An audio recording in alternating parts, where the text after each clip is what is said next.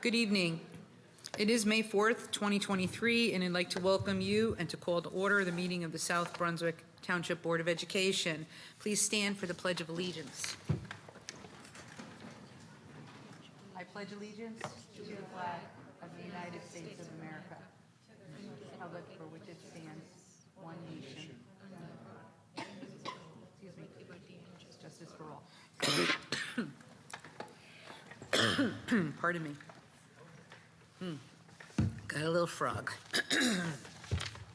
Sorry about that.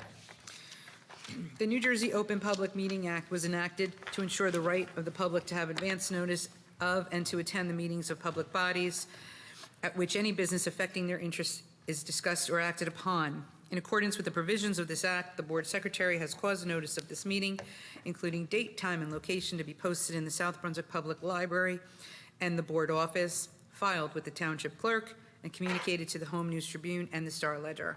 Roll call, Mr. Porowski. Mrs. Julie Ferrara. Mrs. Laura Hernandez. Here. Mrs. Deepa Karthik. Ms. Alicia Khan. Here. Mr. Raja Krishna. Here. Mr. Mike Mitchell. Present. Mr. Barry Nathanson. Here. Dr. Smith Raj. Here. Mrs. Lisa Rogers. Present. We have a Thank you. quorum. Next order of business is approval of the meeting agenda. May I have a motion and a second to approve tonight's agenda? Moved. Dr. Raj, motion. Ms. Hernandez, second. All in favor? Aye. Next order is the report of by Superintendent Fetter, along with our business administrator, David Pawlowski. I'll ask them to come to the podium for the 2023-2024 school budget public hearing. I'll ask all the board members if you would like to go to the front row, and also for the public, if there's anyone interested in making a public comment, you can do so after he finishes his presentation on the budget only, public comments on the budget only. Thank you.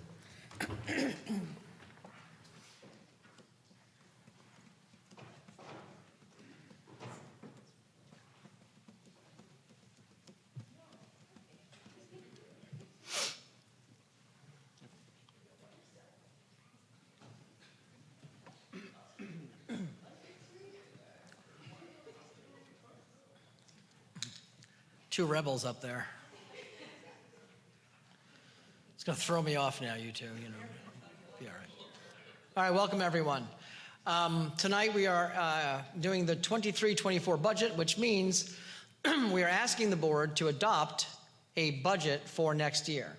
And we're going to go through this pretty thoroughly, so a lot of it might be repetitive for board members and those that have watched previous hearings, but we feel it's important to tie everything together tonight for everyone.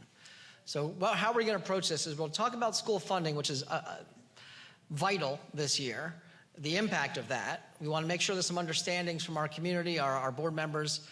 We're going to talk about our budget, the impact on our district, the tax impact, which is a small part of the budget really, which is odd, but it's an important part. Got to talk about advocacy tonight, and you'll know why after we're done. And then there is an opportunity, as you heard from President Rogers, that there is a specific opportunity for public comment before the board asks or has any questions. The public has an opportunity to come to the mic and ask specific questions about the budget, just so you know how that works. Once this is over and we finish through public comment, any board questions, we are going to move right into a second presentation, which kind of ties in related to special education programming for next year. Excuse me. So I just want to start off with a quick review of some components we deal with here. And one is deficit model budgeting, which refers to we're always in a cut mode, meaning we're never have enough money from year over year, the way the state funds schools right now. That's a normal year, but we're far worse off than that because we're compounded by the S2 budget code, and we'll go through that as well. Right now in the state, there's no means for us to go above a 2% of the tax levy, which comes out to about $2.5 million for us. That's how much we can raise the taxes. Not that we want to raise taxes, but at this point we don't really have much of a choice. There's an impact of rateable increases to that offset taxes, which is why our town has barely seen a tax increase from school tax in about 5 years. And then our job is to make sure that we align everything to be a zero at the end, right? We can't borrow. We're not, we have to be at zero at the end. We get this much money in revenue, we can spend this much money. That's how it works. So, school funding formula. We received a document back in 2019 that talked about our school funding and how the state was going to be, over the course of 6 years, reducing our state aid. They told us at that time, which we're going to show you a printout from that they were going to reduce our state aid a total of $8 million over the course of 6 years. That was what we were told. So this is what our schedule was for this year. This is the news we got, that they were not going to take $1.2 million, they were going to take $4 million from us. We yelled, we screamed, we pounded our fists, and they said, okay, we're going to do what we do, but you're losing $9 million. So after 4 years, instead of $8 million, we lost $9 million, and we're still going. I just shared this number. The town has been now evaluated by this process, which I couldn't tell you what that process is. And that's not because I don't know. Well, yeah, it's because I don't know. I don't not only know, I don't know that anybody knows the answer to this question, but we went from 10 billion to 11 billion. So here's the important numbers. After the state realized what they've done, they said, oh, we're so sorry. We'll give you $3 million back. Okay, you can use that over the next 2 years. After 2 years, it is gone. Okay, keep that in mind. Then we yelled and kicked and screamed some more, and they said, oh, yeah, we hear you. So we're not going to take $4 million. We're only going to take $1.4 million. So we're giving you that $2.6 million back. But they took the $4 million and gave us the $2.6 million back as stabilization aid, 1 year usage, meaning, and that came with a note. I want to remind you of that. That $2.6 million came with a note from the Department of Education Commissioner. And it said, hey, we're giving you $2.6 million, but I'm telling you right now, we're taking it away at the end of the year.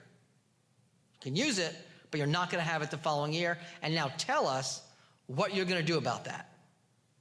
Honest, I wish I was making that up. As you know, tax levy 2%, $2.5 million. As you also know, the state of New Jersey legislation gave away $830 million to 400 school districts, but then took away $170 million from 157 districts. We are one of the big losers. We're like a top 10 big loser, and we're hurting. Just we like to know, this came from Senator Zwicker, who reminded us that the state currently has $8 to $10 billion sitting in a bank doing nothing. Unassigned, not for anything, rainy day. I'm not really sure what a rainy day looks like in our legislation's eyes if this isn't one, but maybe we'll find out one day. So, things that you have to understand about what's going on is these funds are gone, have nothing to do with this Board of Education, this administration, not even David, nothing. The money is gone because of a formula they use that we have no idea about the formula, none. We kind of know what they think they're doing, but we don't know how it really works. And just for extra fun, they change the formula components every year. And they don't use the formula correctly, but I'm not going to get into my political standpoint at this moment, but I might by the end of the night. Second bullet is our enrollment has dropped, and that is part of the formula, and that is a part of the formula we really can't argue or want to argue with. We get it. And because the enrollment has dropped, it has allowed us over the years to reduce in places that have not impacted students. And fortunately, through the concept of attrition, which I'll go over tonight, we haven't had to let go of staff in any large capacities, even though we've lost students. So that's been a positive. This whole thing about the town valuation is part of the formula. It went from $10 billion to $11 billion, but over the course of a few years, it's gone up $3.5 billion. That is a direct impact on the way the formula determines who should pay how much towards school funding. Doesn't, however, deal with the reality of we are below adequacy by over $7 million. We do not spend, according to the state, we do not spend enough money on our students' programming. We do not. They've told us that in their formula. You are not spending enough, and as I've said 100 times, their solution for when you're not spending enough in New Jersey is we take more money away. Extremely intelligent thinking from our state legislator. Fourth bullet, the state funding formula has nothing to do with how taxes collected. In other words, big deal if they say the state is giving us too much money, your local people are not. Take more from your local. We can't even do that because there's a law that says you can't do that. So bottom line, we cannot solve this no matter how good any board or administrative team is. It is not solvable in that way. And that's pretty much it. That is our problem. That is the things you have to understand as we go into this. As we continue, we saw this coming. We didn't see it as bad as they're telling us, but we saw it coming. We're going to show you a slide at the end of the presentation that was David and I wearing our fortune teller hats, that we knew this year going into next was the year of problem. So as a result, we formed this township-wide committee. We just had to get people involved to understand this as much as we could. We had about 40 people on this committee, and we did all those things up there. They were very helpful. Dave and I want to share with you an important part. And I don't know how anyone does it in their own home. When we budget, we do not budget for the year ahead. We do not. And that is helpful to not do that. If you do that, it'd be very dangerous, especially with what we know. So what we do is we look at how every decision today impacts tomorrow. That's what we do. We have to be careful about kicking this can. While we're doing some kicking this particular year, it's a dangerous way to budget, very dangerous way to budget. And kicking the can, what I referred to by that, is we don't deal with the problem now. We kick it down the road and try to say, well, we'll deal with it another time. We're kind of out of time at this point. But we were able to kick a little bit this year. We always look for sustainability. If we make a decision today, has it impact tomorrow? Can we still do it tomorrow? You don't want to do things once, yet, as we'll talk about tonight, with the way they gave us preschool, we had no choice but to have a 2-year upheaval plan to manage it, which is part of some of the things we're dealing with right now. But this is an important concept. I use it a lot. There's some short-term pain. You do it if it means long-term gain, and you can handle the pain. It's important. I have a concept there that, you don't get on the wave unless you can survive when it crashes. And that's kind of this. But if you know getting on the wave is the right thing to do, and even if it crashes, you'll be okay, then get on the wave. As long as you know at the end of the day, it's going to be the long-term gain you're looking for. The multi-year budgeting, we're looking at preschool expansion and the impact of that. That's part of tonight. You'll hear about that. We look at our state aid projections as part of this. And as you know, we're looking at really dismal projections. And knowing that has impacted our decision-making for right now for next year. That's a big part of how we operated in our budget building this year. The enrollment projections are obvious, but just so you know, if you don't remember, we did hire a firm, Statistical Forecasting, run by a gentleman named Dr. Richard Grip, and he's going to be doing a massive enrollment projection for us, including all kinds of information that will help us make decisions in the long term. So that's coming down the pike. We look at our facilities, another place where we wind up kicking the can too often, and we'll talk more about that, but that's part of our multi-year budgeting. Actually, our operations committee, they created a 5-year plan to look at all this and includes every little thing under the sun that might need to be done and what year it might need to be done. And ultimately, when you multi-year budget, you better understand what's possible in the economy. You cannot not factor in the economy. Obviously, inflation at the rates we're seeing, don't think we could have predicted this high, but just think of the impact that has. I don't know about everybody else, but if I go out to dinner, it's definitely more money now. That is for sure. And almost everything in my expense world as a human is more money now. And it doesn't change for schools, right? Nothing went down. Everything's more money. We have to keep in mind that could continue. Then what do? We have to manage that number. So how do you do it? You focus on a few things. One, you try to optimize your situations. You have to reduce where your expenditures are just too high over your revenues. And you have to look at your revenues and can you increase your revenues? From there, you kick the can when you need to and you do the hoping. Just advise the board to not make decisions on hope. That's all. We're taking a hybrid approach. We're doing a little bit of everything. Taking a little bit from column A and column B, column C, and we're just going to see what we can do here. So our first is optimize. And to understand what optimize means, you're not trying to just save money. That's easy. If you're going to just save money, just cut things out. That's easier. Optimizing is, can we do it the same or better for less? Right? That's the optimization. So to do that, let's show you what we did. So about 2016, the Board of Education approved an ESIP project. That ESIP project took out a $27 million bond and has about a $1.5 to $2 million payment on that bond every year. That upgraded your entire facilities for boilers, heating, air conditioning, solar panels, LED lighting, all of it. But to do that was $27 million. It's a lot of money. So you had to make a bet. The bet was, well, if we spend $2 million a year on these energy upgrades, will it reduce our costs of energy by at least the $2 million? And the answer is, it's been better. We are reduced our energy costs by about $1 million after paying the bond. That's pretty huge. And better energy, right? Cleaner energy, more renewable energy. Preschool, optimization. We took the preschool expansion aid, even though it has been quite an upheaval. And because we did, the $700,000 we had budgeted every year in preschool is now off of our books, and that is now part of the state preschool expansion aid package. So that was a savings to do all that. As much as it's been, just in some days, very challenging to deal with the preschool timeline they've given us, we're going to have free preschool for our kids, and that's the bottom line.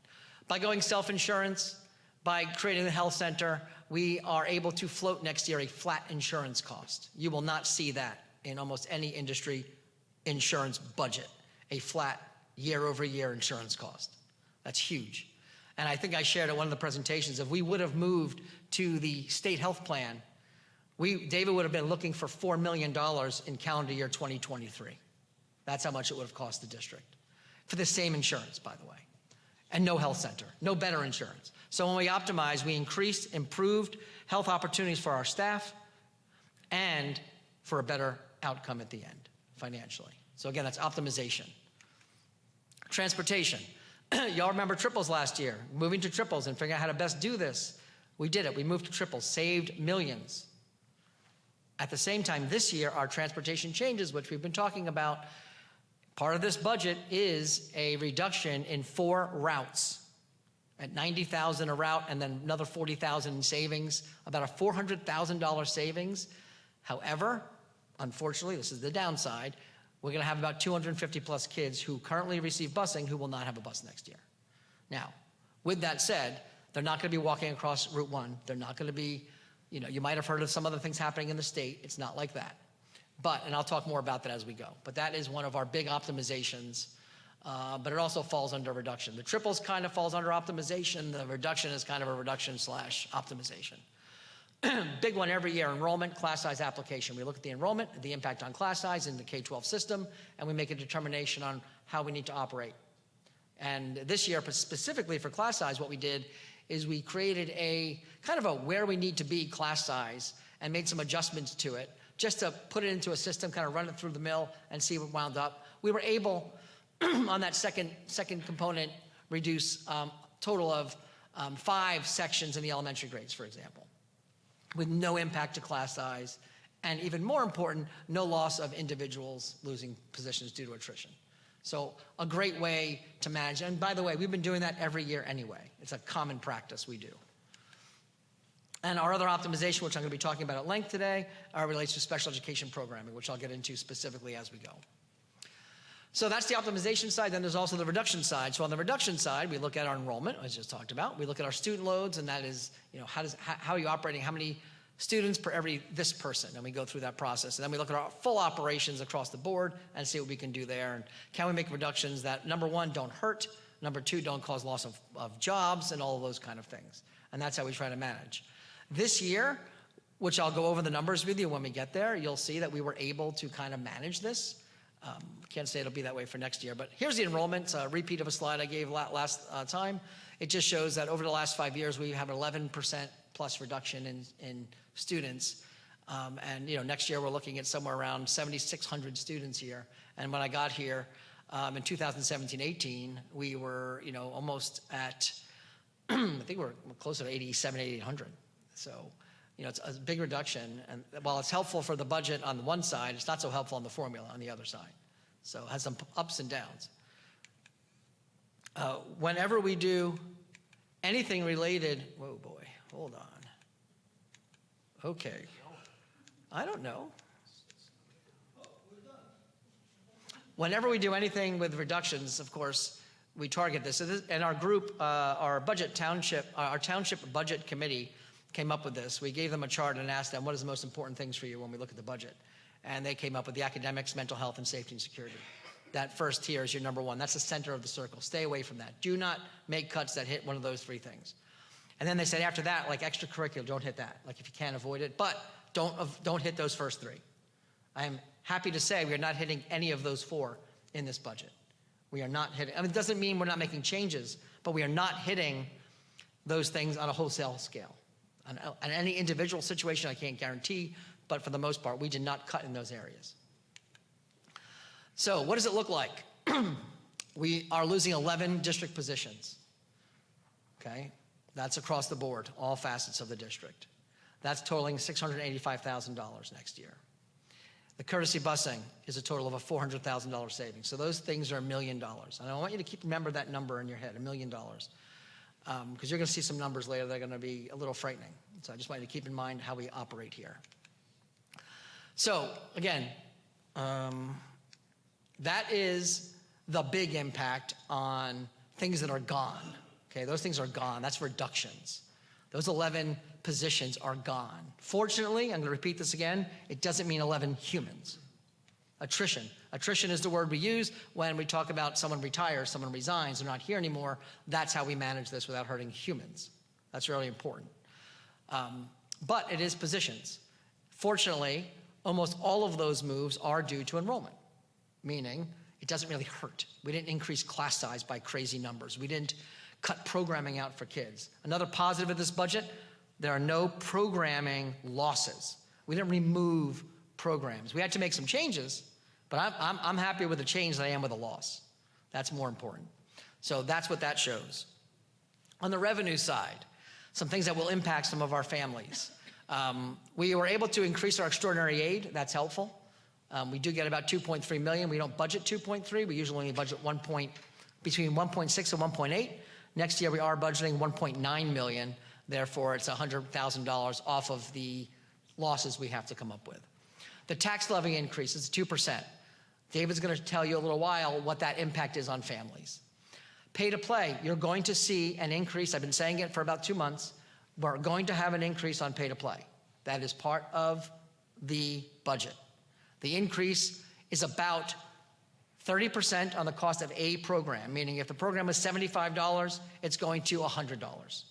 Family, if your whole family is involved with 10 different things, we have a family cap. It's currently $250.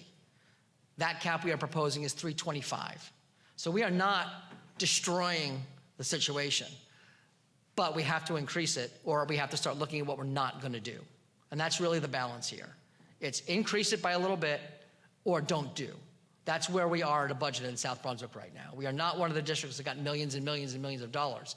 We are at the point of increase or don't do. That's the problem, the trouble of it. But it's a small increase. Summer Institute, we already get that out. People that are already involved, they already know it was a small increase this year. The AMMS music transportation. We offer a busing option for middle school music. It's an extremely successful program. We bus a ton of kids. We are adding a small increase to that. I believe it was $50 for the entire year for the increase. So you're looking at about a $5 a month increase on that expense. Manageable.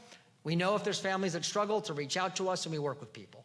But those are the big hits. Facility rentals. We currently are very favorable rentals. We are increasing our fees. That's been being worked on. And I believe did they pass the? Yes. Yeah, and you saw this in your policy. And we have new fees and some new structures, which will impact people. I can tell you honestly, there are people that rent our facilities and they will see an increase. But and I will say this, our buildings were not placed here for renting. Our buildings and the taxes raised to manage these buildings are for educating students from the court of the day, the thorough and efficient education provided by the Constitution of New Jersey and the state and the federal government. It's not to rent them. We do it because it's a win-win. It helps us, it helps people that need the space. But we had to raise the fees. And then shared services, we talked about this before. We've started talking with our town. We look at what we can do, different ways to manage that. And while that's not a very robust part of our budget, it is an area to grow and do better with. So that is something we always look at, and we're trying to look at that for next year. So I call them one-hit wonders, kind of like a flock of seagulls. And I think it's called Iran. Is that the name of the song? Iran, one of the biggest one-hit wonders there are. Our one-hit wonders are stabilization aid. And you got to remember this number, $4.1 million. This budget that we are presenting you tonight includes $4.1 million of monopoly money.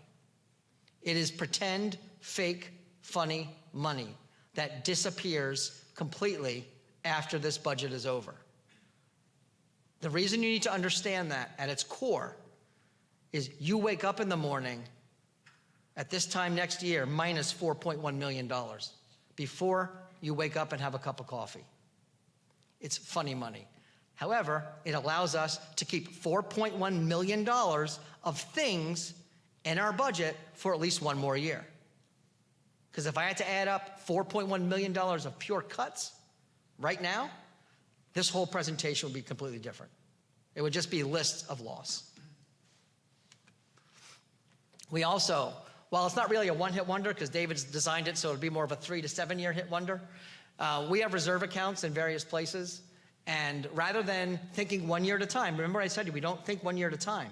If we thought 1 year at a time, we could add a whole bunch more money from reserve accounts, and then all of those things would join the $4.1 million of funny money and not be available the next year.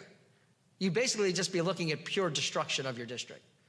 So we're not doing that. We're taking out a manageable amount of money from small accounts each year to manage the offset. That's what we're doing. That's thinking ahead, not thinking of 1 year. This year, we also got $600,000 in FEMA reimbursements. That's a one hit, though. We have no expected FEMA reimbursements next time. So again, you add that up, and if you're using that money to pay for your recurring costs, that's $600,000 you're in the hole, again, before you wake up in the morning. These one-hit wonders look nice, and they're nice big numbers. They are fake, except for the 775. They are literally, it's monopoly, it's all it is. That's it. So there's my can. I still cannot find a way to kick it on the screen. I should do it like a rollout, though, but no, blank, sorry. What did we kick? Facilities. Kick facilities. We are not doing the facilities projects we probably should be doing. And it comes down to the same way you manage this in your home and the way we are actually managing it right now. We might have roofs that leak, and we ask the question, how much is it to replace the roof? Then we ask the other question, all right, well, if you don't like that number, how much is it to fix the roof? Patchwork fix. You make a decision. You all do realize what happens the longer you kick the can on facilities. Think of a car. You have a little knock in the car. You don't do anything about the little knock in the car. It becomes a big knock in the car. You don't do anything about the big knock in the car. Eventually, car stops moving. And you hope it's not 2 a.m. on the side road of an abandoned street. But that's what happens. So if facilities projects keep getting kicked, you got different level of problems on your hands.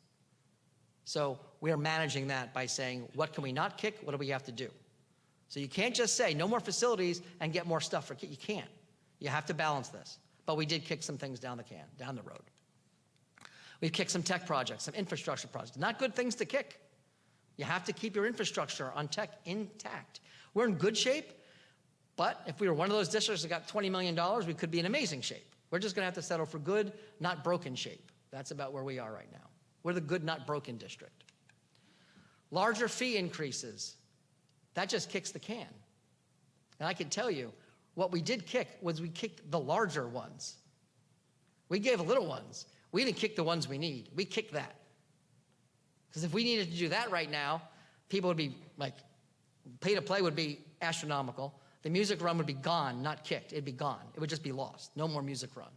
Late buses, charge. After school things, charge more. Fees, almost impossible to manage. The Summer Institute could have doubled in price, to be honest with you. That's the level of things we're kicking right now. But the biggest thing we're kicking is, and I'm going to sound like a broken record on this, we are kicking $4.1 million down the road. We should be cutting $4.1 million in stuff. But we're not, because we don't want to do that. And we would never want to do what we don't have to do. They gave us this $4 million. We're using it right now. It's not here next year to use. I don't know how to make sure you fully get that as a community and as a board. I hope you're really embracing what that means. It's not real. We are solving this year's budget with fake money that the state has thrown our way, so we stop yelling at them. Sadly, for them, we are only begun to start yelling at them and dealing with this.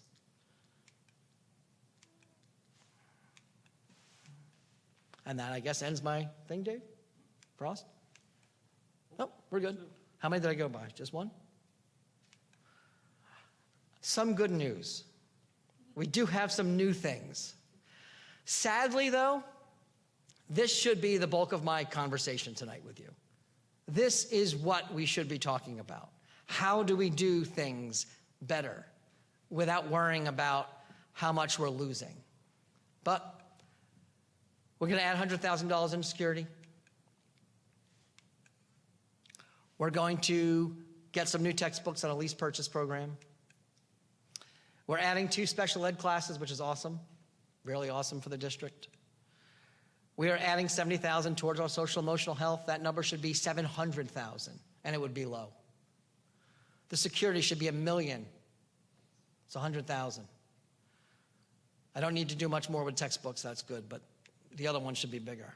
More middle school intervention support, because that has to be funded because we lost some of our funding that we had for that through various COVID monies. So we have to cover it this way now.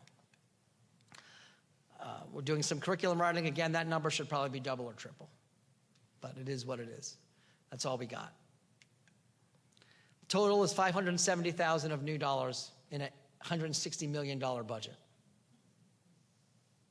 $570,000 in a $160 million budget of what's new. Sad. And you want to know what makes it even more sad? Is the districts right around us. Those numbers could be multiplied by almost 10.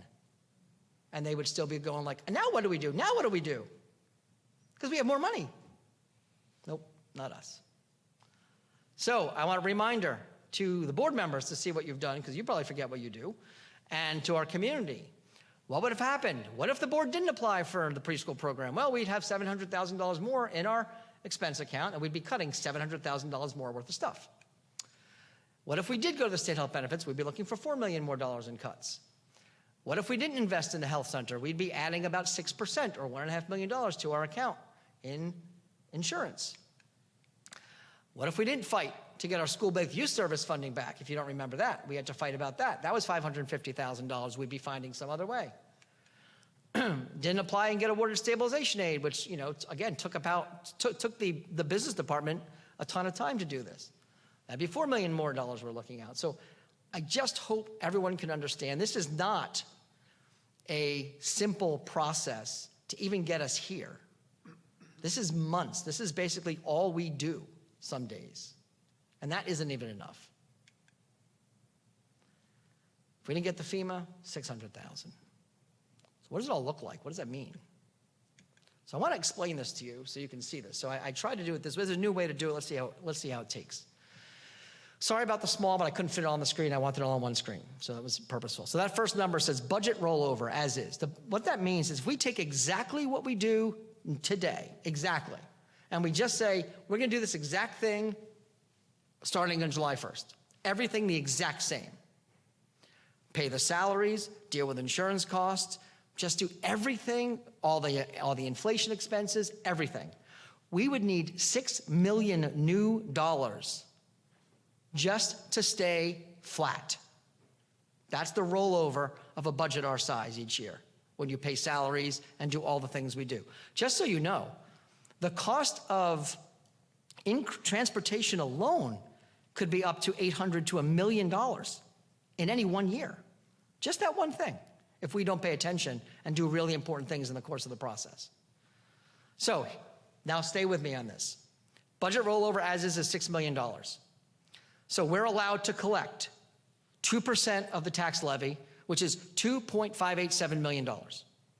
So when I apply that, I now need $3.5 million. Okay, you follow that? I needed $6 million to do exactly what we're doing today. Now I'm gonna, I got $2.5 million. I only need $3.5 million left. Good? Next thing, state says, we're taking $4 million. Now the $3 million I needed is now $7.6 million I needed. Right? Are you still with me? Board, just shake your head. If people in the audience aren't, I got hope on the board. Audience? Just pretend if you're not. Shake your head. So we need $7.6 million on the day we found out we lost $4 million. They said, just kidding. Here's a one-time, some funny monopoly money for you to play with for 1 year at $4 million. 4.1. Okay, so now we're back to, we need $3.5 million to just do what we've been doing this year. Okay. But now, as I showed you, we had new expenses, $570. Now I'm back up to needing $4 million. So now what do I do? How do I get $4 million? Now I start doing things. Well, preschool expansion aid. That helped. I got $700,000 off my books. Now I need $3.3 million. As we told you before, we're increasing extraordinary aid by $100,000. Now I'm down to $3.2 million to get. Does anyone know? You can shout it out. What number do I need to be at? Zero is correct. Revenue increases. We talked about those reserves that David's doing and figuring out. That's $776,000. Now we're down to just about $2.5 million that we need to get to zero. Now I talked about some of those revenue increases, pay to play, some of the other things we're talking about. That's $120,000. So now we're down to $2.378 million we need to still play with. What do we do next? We look at our enrollment. We were able to reduce those 11 positions for $685,000. Now we're getting closer. We're down to needing only $1.7 million. Courtesy busing, I shared with you. Do I want to do this? Do I want to recommend it to you? Do you want to do it? I guarantee the answer for everybody is no. No, no, no. We do not want this one. We do not want a lot of these. But we have to make decisions. That's $400,000. We're now down to just shy of $1.3 million. So, big one, special education tuition. What David does, along with Rafael Morales, our Director of Student Services, is they look at our current expenditures, what we budgeted, what we used, and what next year's projections are. This is a big deal for us. In fact, one of the programs we're opening helps reduce that number greatly. So we are looking at about a $1.2 million cut in out-of-district tuitions. Great for us. That means we can educate those kids ourselves, or they're aging out. Could be aging out. And we do have kids aging out because, remember, the state made the change where we were able to educate over 21-year-olds. So you had some students that should have aged out a year ago that are now aging out. And we have one more year of that still, okay? So we're at $93,000, then David does some magic in his budgeting. I don't think he lets me know what he actually does on this side of it. And he does $93,000. I know a few of the things he's done, but he does his work, he does his magic to get us flat. That's how we get to zero. Why I did that in about a minute or 2 minutes, that probably took about 3 months of time. And a lot of meetings, a lot of communication, a lot of stuff. But that's how it works. That is the inner workings of a budget, and that's getting us to zero. So a little quick update on preschool so you understand how the impact. Remember I said it saved $700,000. But I'm repeating it again because I'm sure we still have people that are saying they don't understand it, or they do understand it, but it's not a fun answer. There's no correlation to anything else related to the budget when it comes to preschool. 100% of the money they give us goes only to preschool. But I did tell you it has a benefit. We were able to move $700,000 from our operating budget to the preschool expansion budget. So it had a positive impact on the budget, not a negative. And for anyone that thinks we can just stop doing it, we can, but then we stop doing it.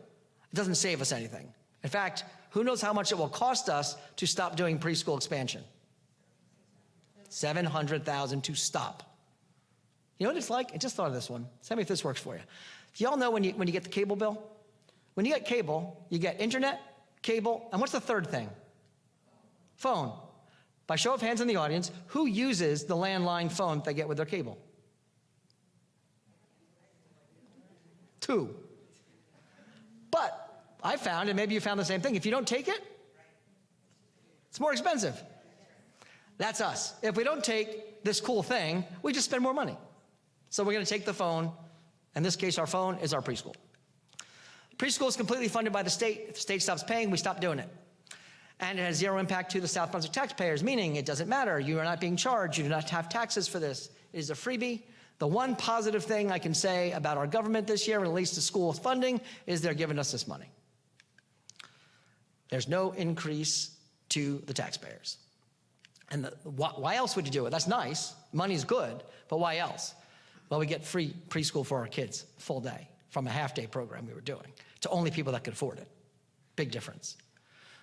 We increase the property value for all. Having free preschool makes you more valuable, just does. And high-level preschool for families that may never have seen the inside of a classroom until they were in kindergarten. Massive, massive. So some families get a 2-year head start. And the whole, I believe it improves, this is Scott's belief, you improve the academic capacity of the students at all, and overall it improves the long-term quality of the education in South Brunswick. Will we see that tomorrow? No. Will we see it in a few years? Yes. How many? I can't tell you. But we will see how this has an impact, positive impact. I see no chance of a negative impact here. However, as I will be talking about our next discussion, that has had an impact. To do this and to manage this has been upheaval. We had to make a decision. Are we worth the upheaval? We made the decision, yes, it's worth the upheaval. I'd make it again 100 times. And I believe the people that are doing it, that have had the upheaval, would say the same thing. I think I'm right. I'm not going to call on any of the preschool teachers in the room to decide if I am right about that. Rachel, I'll leave you alone for this one. So, David, if I can ask you to take the next few slides. Which way am I pushing? That's the big one.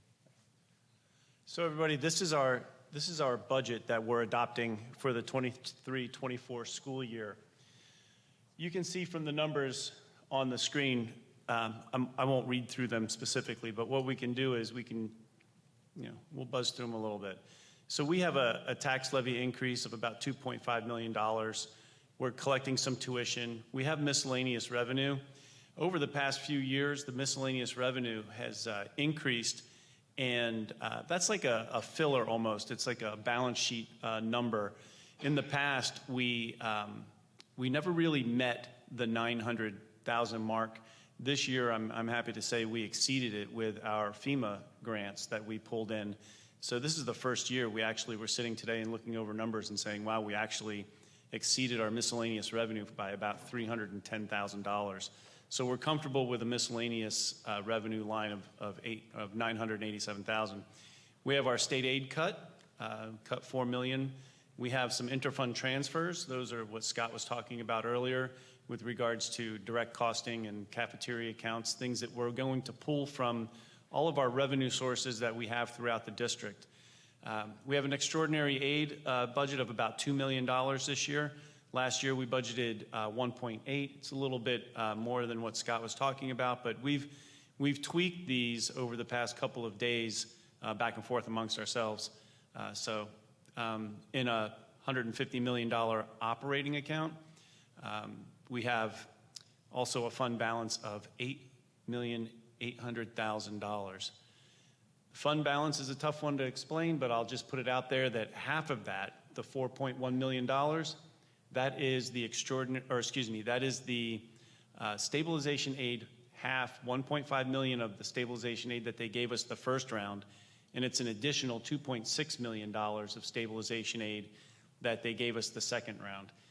That number, what that basically means is that next year, at the end of the school year, I have to find $8.8 million left over in the budget if we expect to do the same thing the next year.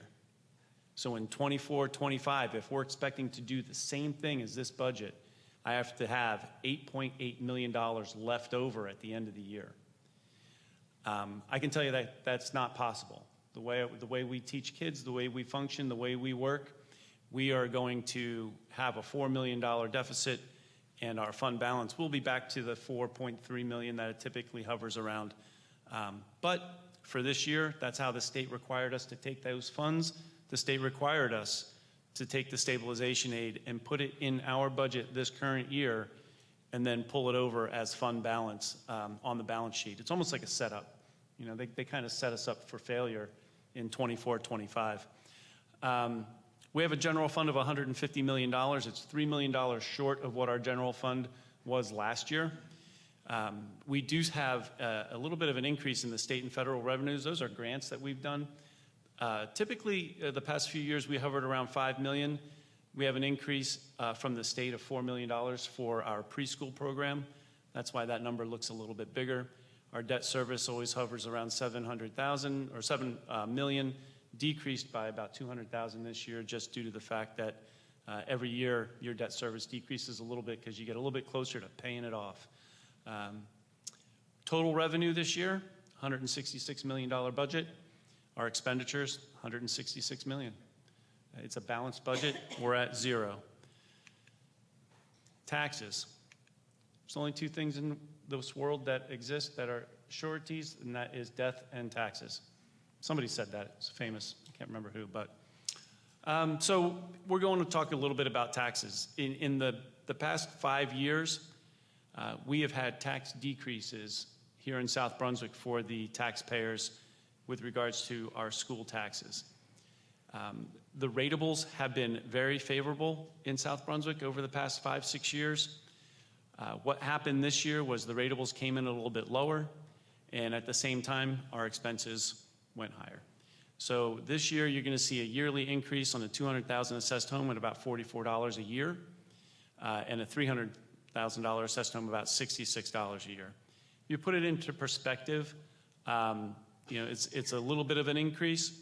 If you spread it out over the 12 months, you know, you can do the math. It's not a killer by any means. And the future. Unfortunately, that's all the time I have with you tonight. That's all you get. That's all I get. Back. The other blue suit can sit down. We do twin for budget meetings? Yes. Yeah, just so in case you didn't see the correlation, it's about $22.10 per 100,000 of assessed value. So if you want to do the math, you should look at your assessed value chart, and then you'll multiply it by $22 for each $100,000, and that's how you determine your tax increase for next year. Okay, so this is the slide we pulled from our 1920 presentation. So we did this slide in April of 2020.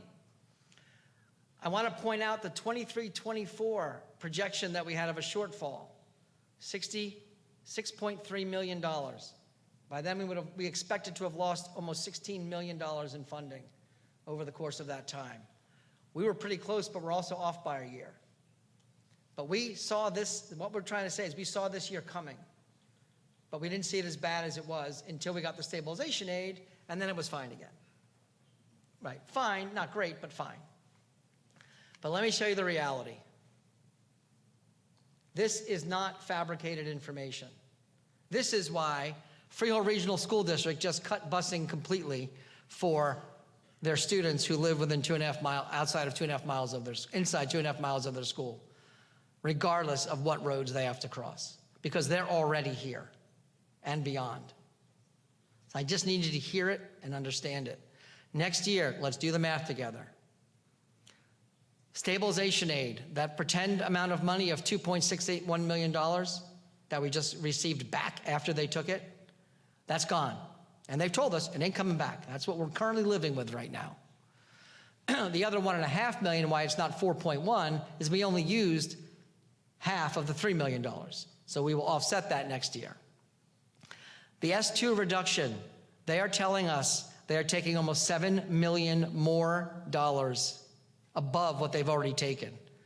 That would make our state aid, since S2, go from $24.5 million, I believe, to about $8 million, with no way to get it back. Then the rollover. Remember the slide? I went through all of it. We started with a little over $6 million. So if we roll this one over, it's a little lower, $6 million rollover. Then we take a tax levy increase, which is maximum allowable by law, which is 2%, which is 2.4 to offset that. And that's right now the number staring us down the face before we wake up in the morning on July 1st. Looking at the 24-25 school year with finding and figuring out $13 million. Let that one sink in. That is what right now our crystal ball says. If nothing changes, that's where South Brunswick is. And right now there are districts already worse off than this. Toms River is selling land to try and get through this. And other districts are literally have no clue how to spend the amount of money they received, who are already receiving money that, according to the state's formula, they already spend too much. Their solution for a lot of those districts was give them more money, because that helped certain people making the decisions. I guess we didn't have anybody they wanted to help enough. $13 million before we wake up in the morning. What would that look like? Well, your class size would go through the roof. We have a lot of people that help us support with our behavior in HIB. That pretty much goes by the wayside. And I wish good luck to our teachers with 27, 28, 29 kindergartners in the class and no support. That's pretty much what South Brunswick would become. I say limited because I'm being kind, but really that could just say no extracurricular programming at $13 million.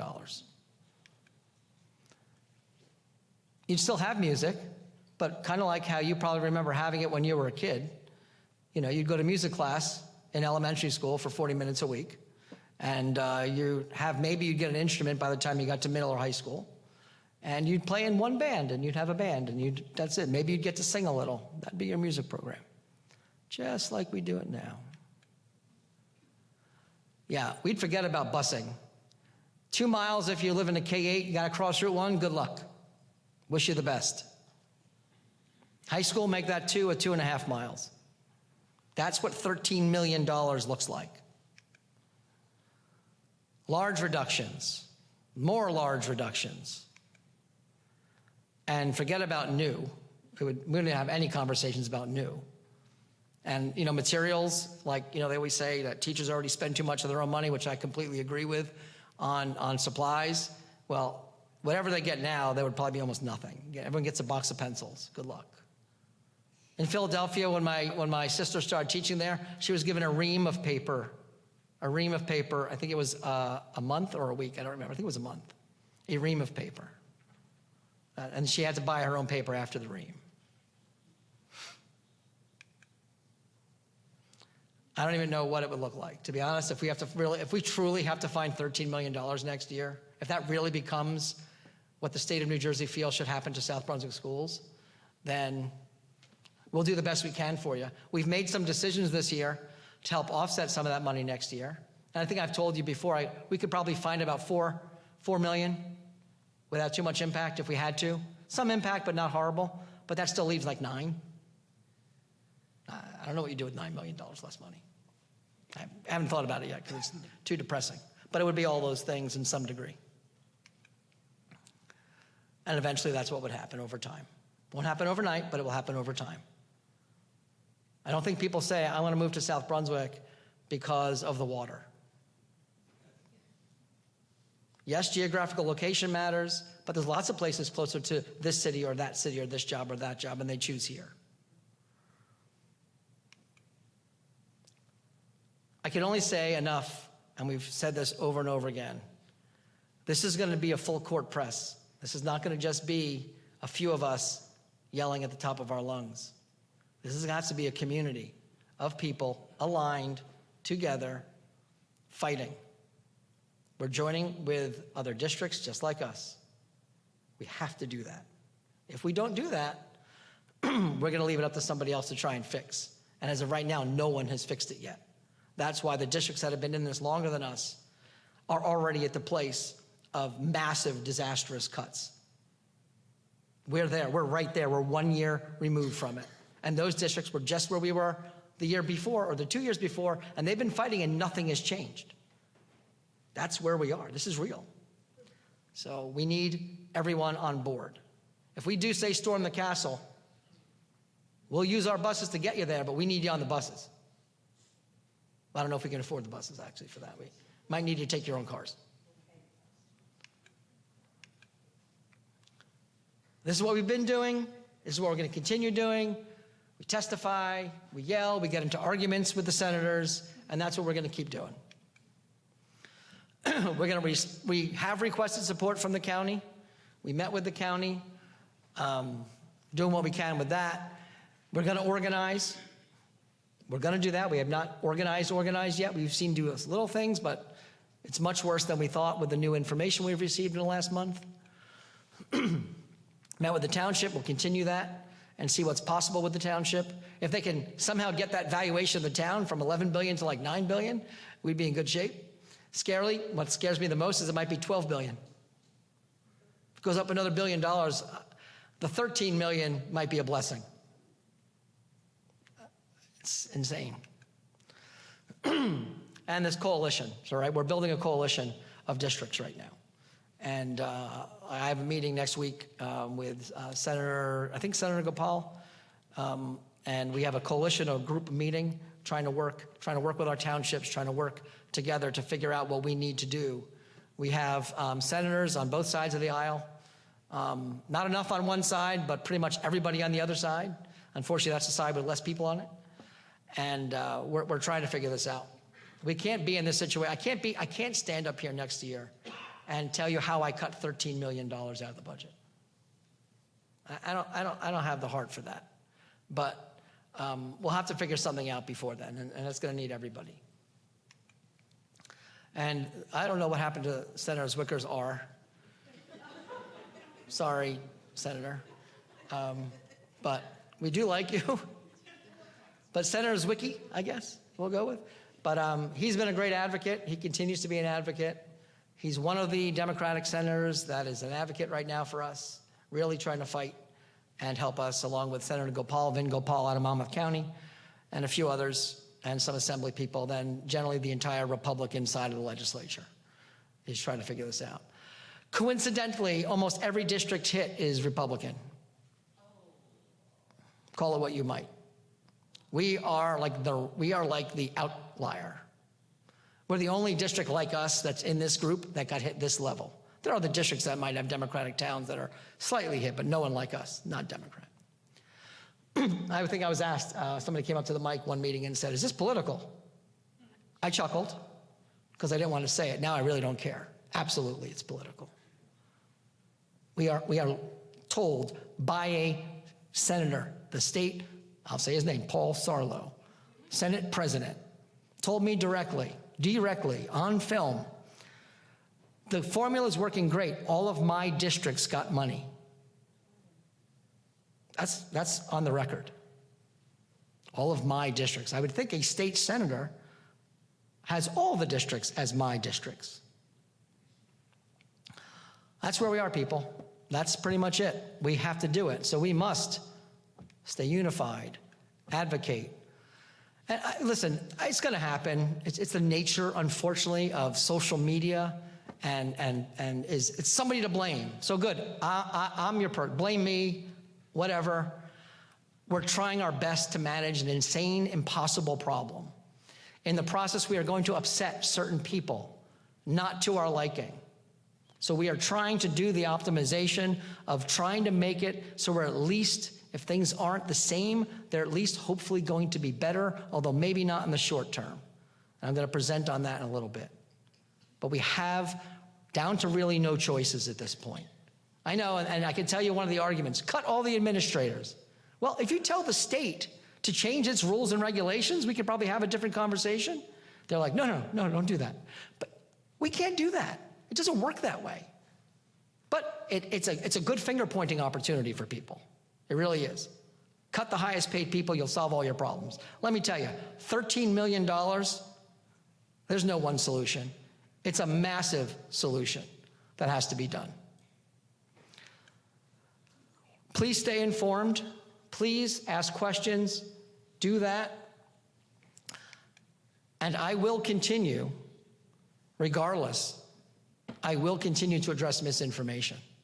I'm not going to challenge disagreement, but I'm absolutely going to challenge at this podium, if need be, people that make up stories. There's no place for that in South Brunswick. Never has been, but there really isn't now. That does not mean dissent. That does not mean disagreement. That is expected, unfortunately, because that is the reality. Not everyone agrees, and that's not a problem. But please avoid, if you don't know, ask. Just ask. We will answer. You might not love the answer, but we will give you an answer. At the end of the day, this is our situation, and that's the end of my presentation. Tonight you're being asked to adopt the budget that David put on that table. It's a large number of money, very little impact in taxes, and we were able to manage minimal impact to the district, even with this news. With that said, Lisa, I'm going to just call for the opportunity for public comment. Just listen carefully. It's public comment specifically to the presentation and the budget.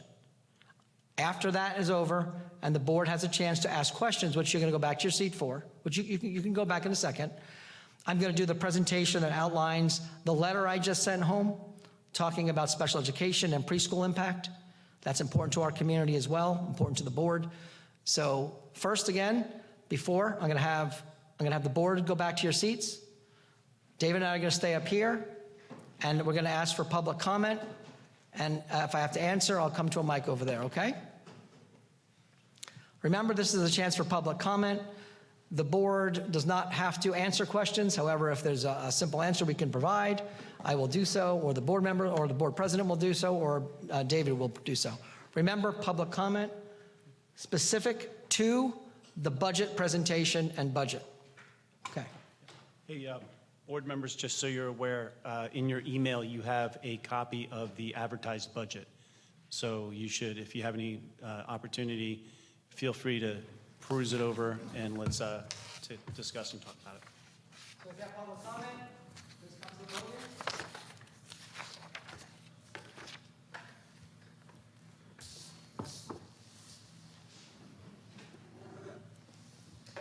David, we'll just officially close public comment for the board budget hearing, okay? Yep. With that said, Lisa, if you can run the questions from the board. Yep. Thank you, Mr. Fetter. Thank you, Mr. Kowalski. sorry, We one do have a second. public comment. Public comment on the budget? Come on up. When you approach the podium, Nope. wait, sir, when you approach the podium, just provide us with your name and place of residence and if there's any organization you're affiliated with. Sure. Thank you. Yeah, my name is Adil Sheikh. I have been a South Brunswick resident for about 9 years. And I just have a question. I saw something about the budget where they were showing the slide for 1.2 million for special education versus 700,000 for preschool. And it said we are adding this much budget for the preschool because there's no impact on taxpayer money. So, and also I heard in the budget that there's 11 positions being cut across the district. So the determination that is being made to have, I've been hearing from the last year or so that the preschool is now getting more students, so there's a free preschool being offered. So how is the determination being made for having allocate 700,000 for preschool? Is that comparison from the previous year? And, or is this something that is now because we have so much, since we have to take the budget? All right, thank you. Might have been a little misunderstanding there. Yeah. So we're not adding $700,000 for preschool. We were able to deduct $700,000 for preschool. Sure. So our budget is saved $700,000 for preschool. The 1.2 million for special education was solely about students that are out of our district. They're not students in our district. We're either able to bring them back into our district, which cuts tuition, or they are graduating out of the district. But those are the two numbers you mentioned. 700,000 for preschool is we no longer have it. We were able to take it out of our budget because of the state now pays for preschool, separate from South. So South Brunswick no longer pays for preschool. The state of New Jersey now pays for all of the preschool. The 1.2 million for special services, that number was solely related to tuition for out-of-district students, students who do not attend any of our schools in South Brunswick. So 1.2 million is the Savings. Is the savings from the special education program? No. Tuition associated with special education for students that are out of district only. Not any students that currently go to any of our schools. Okay. And so- I want to Sure. make sure he understands. I'm not getting the sense from you, Okay. sir, that you understand it. Let me try again. Yeah. So we have, we have our high school, Right. we have 2 middle schools, and we have our elementary schools. The 1.2 million we're talking about, none of the children associated with that savings go to any of those schools. Okay. And they're either not going to go to those schools anymore for one reason or the other, where we can reduce our spending by $1.2 million for those tuitions that we pay other schools. Got you. Okay. And the 700,000 again was money we used to pay for preschool, but by taking the preschool and getting the free preschool from the state, we no longer pay that money ourselves. The state picks up that tab. Therefore, we were able to then take that $700,000 and apply it to other things to not have to lose more things. Sure. I just have one more question, and you don't have the 13 million that you showed, and there was kind of a red flag. You said that's coming up for 2024 and 2025. The 13 million you said we will be in a very bad shape. Well, we will have. I saw one slide which says there will be property value decline. and we still don't have a plan. So is there anything that since we don't want to actually, my son has graduated from one of the elementary schools, the other one is still receiving special education, the younger one. So we don't want to go out of this district.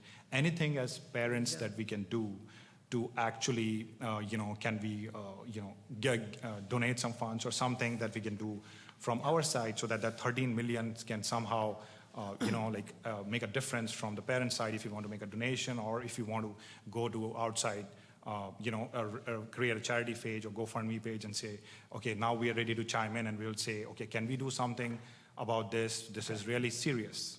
So the answer to your question is yes. Our township committee talked about different ways to build up our fundraising. So that is something that we're going to look to do. I don't think we'll be able to get 13 million in fundraising, but maybe we'll get a couple 100,000. Either way, your question is, what can we do?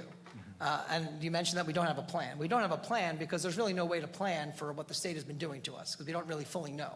We are currently planning on a bad situation next year, but not a full plan at this moment in time.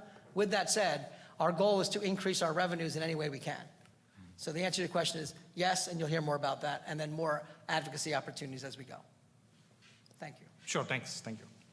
Thank you, sir. Is there anyone else in the public that would like to make a comment on the budget specifically?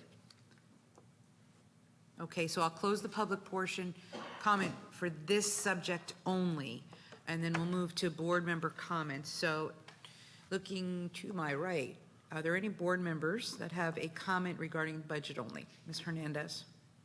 I just want to let people out there know that although Mr. Fetter presented this to us today, we have been well informed all along the way, every step of the way. We're constantly getting pulled into meetings to talk about what we can, what we can't do. The special education program, on the education committee we met. So this isn't, we're not just seeing this for the first or second time. We want you guys to know that we have been to, they have kept us very well informed. There has been many discussions with our administration and the board on all of this. So it's just not like, oh, that was a great presentation, yay, let's vote. I just wanted to make that clear. Thank you. Anyone else? I would echo that, though, just before you go, is we've seen a lot of the board members the last few months. Too many times. A lot of nights, a lot of Chartwell's dinners. Charwell's dinners. More than our own family. Charwell dinner. Anyone else to my right? No? On the dinner? No. Anyone else? Anyone to my left to make any comments or questions to Mr. Fetter regarding the budget numbers, or to Mr. Pawlowski, who I always pronounce his name wrong anyway, but. Go ahead. Ms. Karthik. So firstly, thank you, David and Scott, for all your hard work in the administration for balancing this very difficult budget. Of course, we've met so many times, so all of this presentation is not new to us. We've seen it multiple times, as Ms. Hernandez said. I know we kicked the can on the facilities project, and as we go along the year, we'll hear more from the facilities committee as to what that impact really looks like, as well as the tech projects is something that I personally, as a board member, would be interested in hearing as to what that impact looks like to us. So I hope we can unpack a little bit more of the details. I know we've been in the flurry of so many activities and we haven't got a chance really to do that. But that is something that I'd be interested to hear as we go along. Yep. Thank you. We will, as we continue to learn more and make some hard decisions. But when we budget the amount of money we can spend on X. And that's what we'll be doing. But we'll be sharing that with the operations, who will then share it with the full board. Any other comments to my left? Ms. Ferreira? I would just to bring up to the public, too, that Scott and David have, in reference to facilities, and with security being a very important issue to all of parents and to the administrators and the teachers in the district, they are improving. They are allowing, part of a significant part of this facilities budget for a security improvement, new doors, new scanning devices to create a more safe environment in this district. So I just wanted to say thank you for that.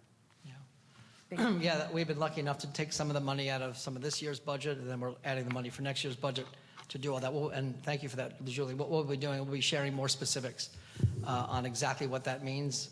Some of it will be an executive session, and some of it will be public.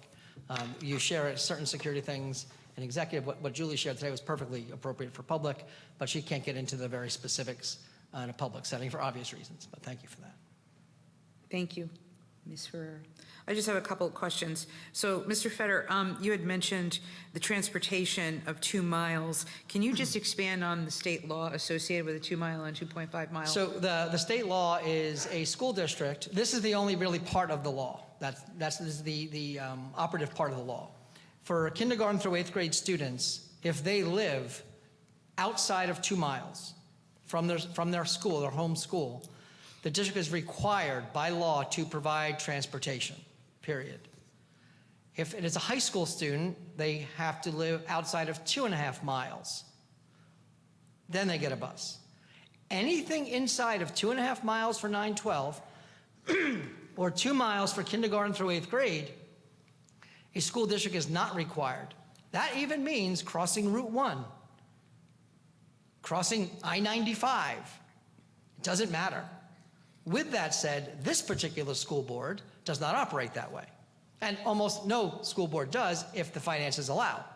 So because we do not have to operate that way yet, we do add one more flavor to the mix, which is hazardous routes. We determine that there are routes that are simply unsafe for a child to walk across to get to school, even with a crossing guard. Route 1 is your most obvious one. If you're a kindergartner and you live 2 miles away from your school, but you live on the other side of Route 1, while the Board of Education does not have to provide transportation, we do. At this moment, we provide it because we've determined Route 1 is a hazardous route, and we do not want students to have to figure out how they're going to get to school without a bus. I think the reason you're asking me that question is what happens if we cannot afford that anymore? The board would be in its legal right to cancel the concept of hazardous routes and simply just follow the law, which is 2 miles, no matter what you're walking across, or 2.5 if you're a high school kid. Right now, we don't do that. The change we are looking to do are students that will now not receive a bus. It's about 250 to 300 students. It's a lot of impact. It's not fun to do this to families and students. But they're not going to be walking on unsafe routes to get there, just further distance than they might have had. That's all, but not unsafe. It's not like we're saying you're now going to cross a very dangerous road. You're going to still be on sidewalk and still be in a safe route and still be able to get from here to here just a little bit longer than the mile it used to be. The district is not cutting further at this time. That's one of the areas we kicked the can. We didn't cut any more than we had to. Thank you. And also in regard to the debt service, I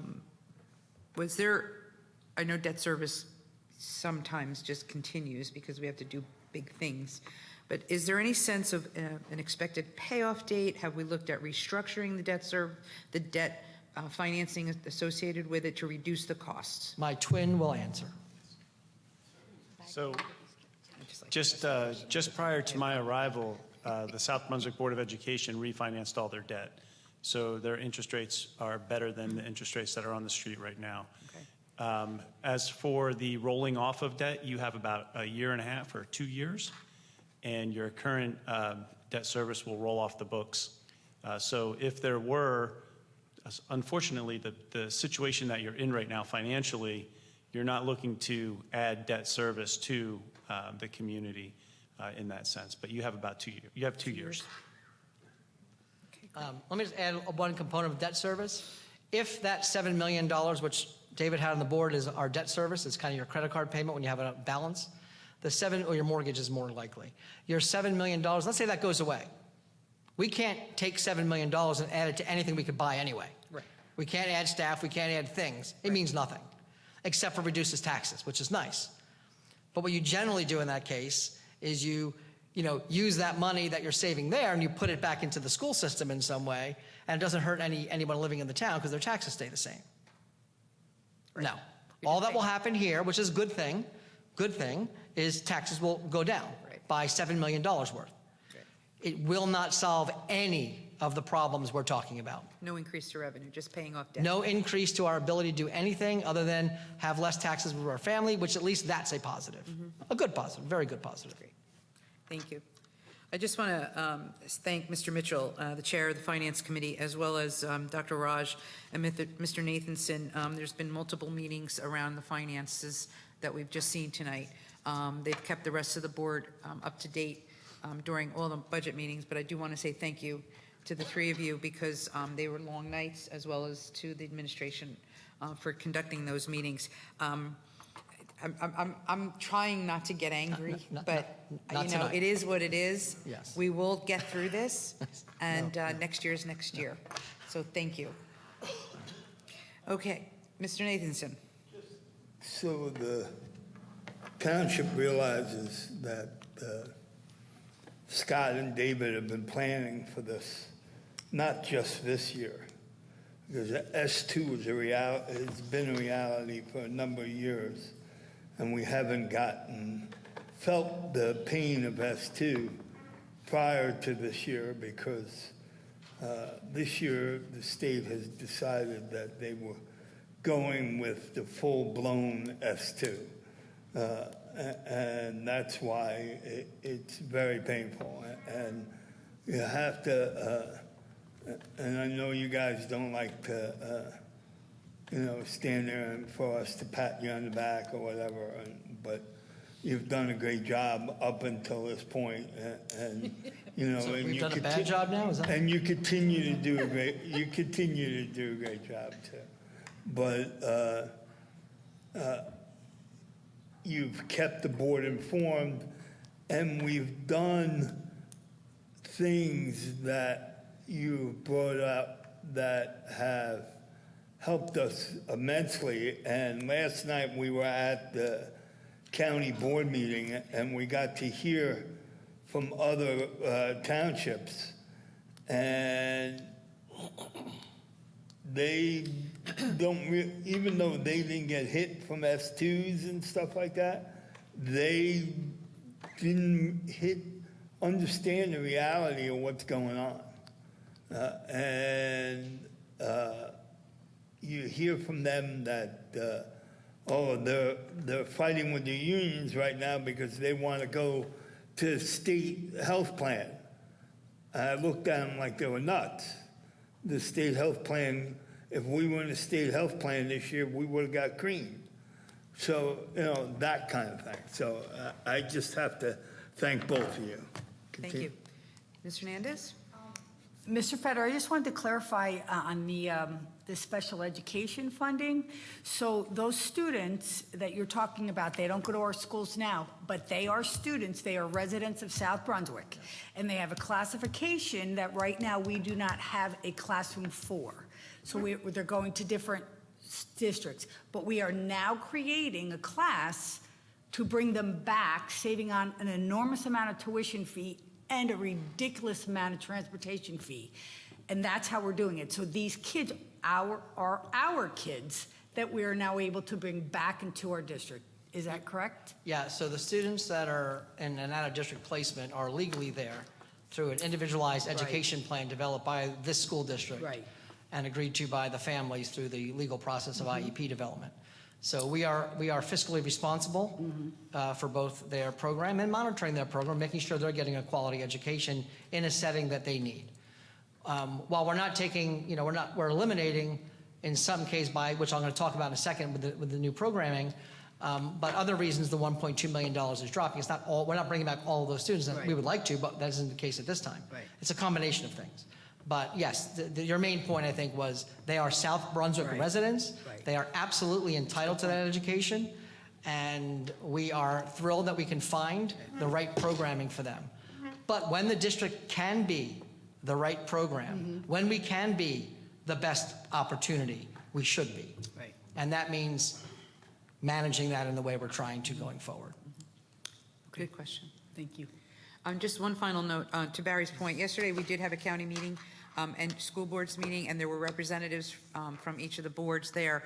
I had made a statement started with the advocacy already, to those counties, or excuse me, those townships, including Monroe, Piscataway, Old Bridge, all the Middlesex County representatives, that we need to come together, all of our counties, all of the towns, because if it's happening to us, it will happen to them only in short order.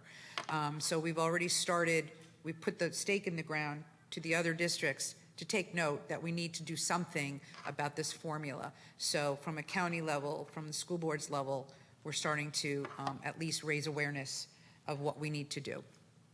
Any other questions? No, thank you, Mr. Fetter. All right, so Thank what you. I'm going We'll to move do on. now is ask you to Preschool. swap out presentations. Thanks, David. I want to talk about the next one. What? Did you say so? Oh. You got me confused. The other one. Oh, this is right. Sorry. So what we're going to do right now is, to the board and to the community, we sent a letter home outlining kind of some things that we're being hit with as a result of both the preschool expansion, as well as both our fiscal situation, as well as looking at opportunities to optimize programming and seeing what's possible out there. So what I'm going to do tonight is kind of give it some more color. It's hard to do that in writing. So we're going to do this today. What we're going to do after tonight, we're going to clip this video, this specific presentation, and we'll send this presentation out to our families again, especially our impacted families at the elementary level, and so that they can also get this if they were unable to watch or be here tonight. David, how many people are on Zoom tonight? Sorry, yeah. Okay. So we have 8,000 people, 8,000 kids in the district almost, and we have about 6, all right, you guys will count as parents tonight, 8 parents plus 100, and of those 100, I'm going to guess about 10% or more are probably staff. That's either a commentary that we are just that good or something else, which I don't want to think about. I'm going to take it as just we're that good, and they trust we're just doing everything right. I can tell you, we don't do everything right. We do everything the best we can, and it doesn't mean we don't make mistakes. It also doesn't mean that we're perfect, but it does mean we do our best, and we do try and think about the impact on both staff and students and families at every turn. We do that. We did that for this as well, even though there's impact. And while I know there's going to be some families that wish we didn't, I really live by a rule in my professional life that my goal is understanding. Agreement is wonderful when we get it, but understanding is a must. You don't need to agree. I just hope I'm able to present an understanding. So while the letter went out, and while I didn't receive much communication from the community about the letter and about the impact, I still believe we owe it to those families and the whole district on the background as to the what, the why, the how, and how this all comes about and why we're doing this. So that's what I'm going to try and do tonight. And if there are questions at the end, board will have an opportunity. There will be a public comment, but it's a regular public comment. So anyone can come up to the mic and speak about either budget or this topic, and that will be absolutely fine. So, preschool expansion. For the first time in the history of South Brunswick, the state of New Jersey offered for us to apply for preschool expansion. It's the first time South Brunswick's ever been asked. It's not like we didn't listen the first time. This is the first time. And the carrot dangled in front of us was millions and millions of dollars to do something incredibly awesome for kids. While we expected, based upon the qualifications, the application process, and all of the reading that everyone did about what this would mean, it was a hard decision in the first do we actually want to do this? This is crazy, we said. This is absolutely, I think actually our first, Suzanne, I think our first response might have been, no way are we doing this. This is insane. It was ridiculous what they were expecting of us to do.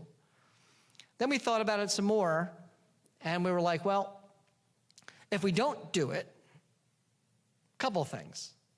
one, we're losing all this money and that's going to hurt us. And while this has nothing to do with that money, like, can we identify something good to bring to the community at a time of crisis, financial crisis?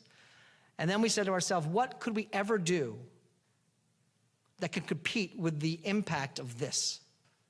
What could we possibly do to impact giving 3- and 4-year-old kids that would never have stepped foot in a school necessarily 2 years of South Brunswick education? And we thought about it and we said to ourselves, absolutely nothing we could do. No amount of money almost, other than this kind of money, could we even get near to think about what we could do. So after we did that, we reconvened a group of us and we said, all right, let's really look at this and let's see what this takes.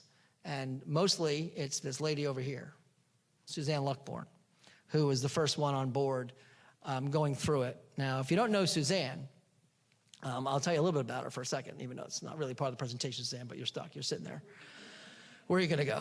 So Suzanne has this ability to take on almost any single thing that comes her way and absolutely knock it out of the park. Do you guys agree in the audience? Just say yes, otherwise she knows who you are. And preschool came our way, and it was really insane. So what'd she do? She teamed up with a few other people in the district who also can handle anything that comes their way. Rafael Morales, Megan Plummer, David's department, principals, the teachers, just insane. And they did it. However,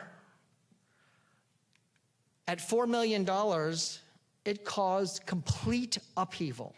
And we knew it wasn't upheaval for 1 year. We actually knew it was a minimum of a 2-year upheaval. So to explain that, as I go through this process, we started with 150 students, but they told us by next year we have to raise it. So they asked us in November. We had not opened yet.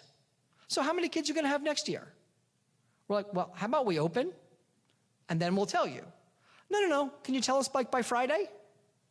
Okay. So we literally made up a number. We actually told the state, we're going to make up a number. Is that okay? Sure. Okay, 250. They said, okay, great, 250. Here's $4 million. Because they have a multiplier. It's X number of dollars times the number of kids.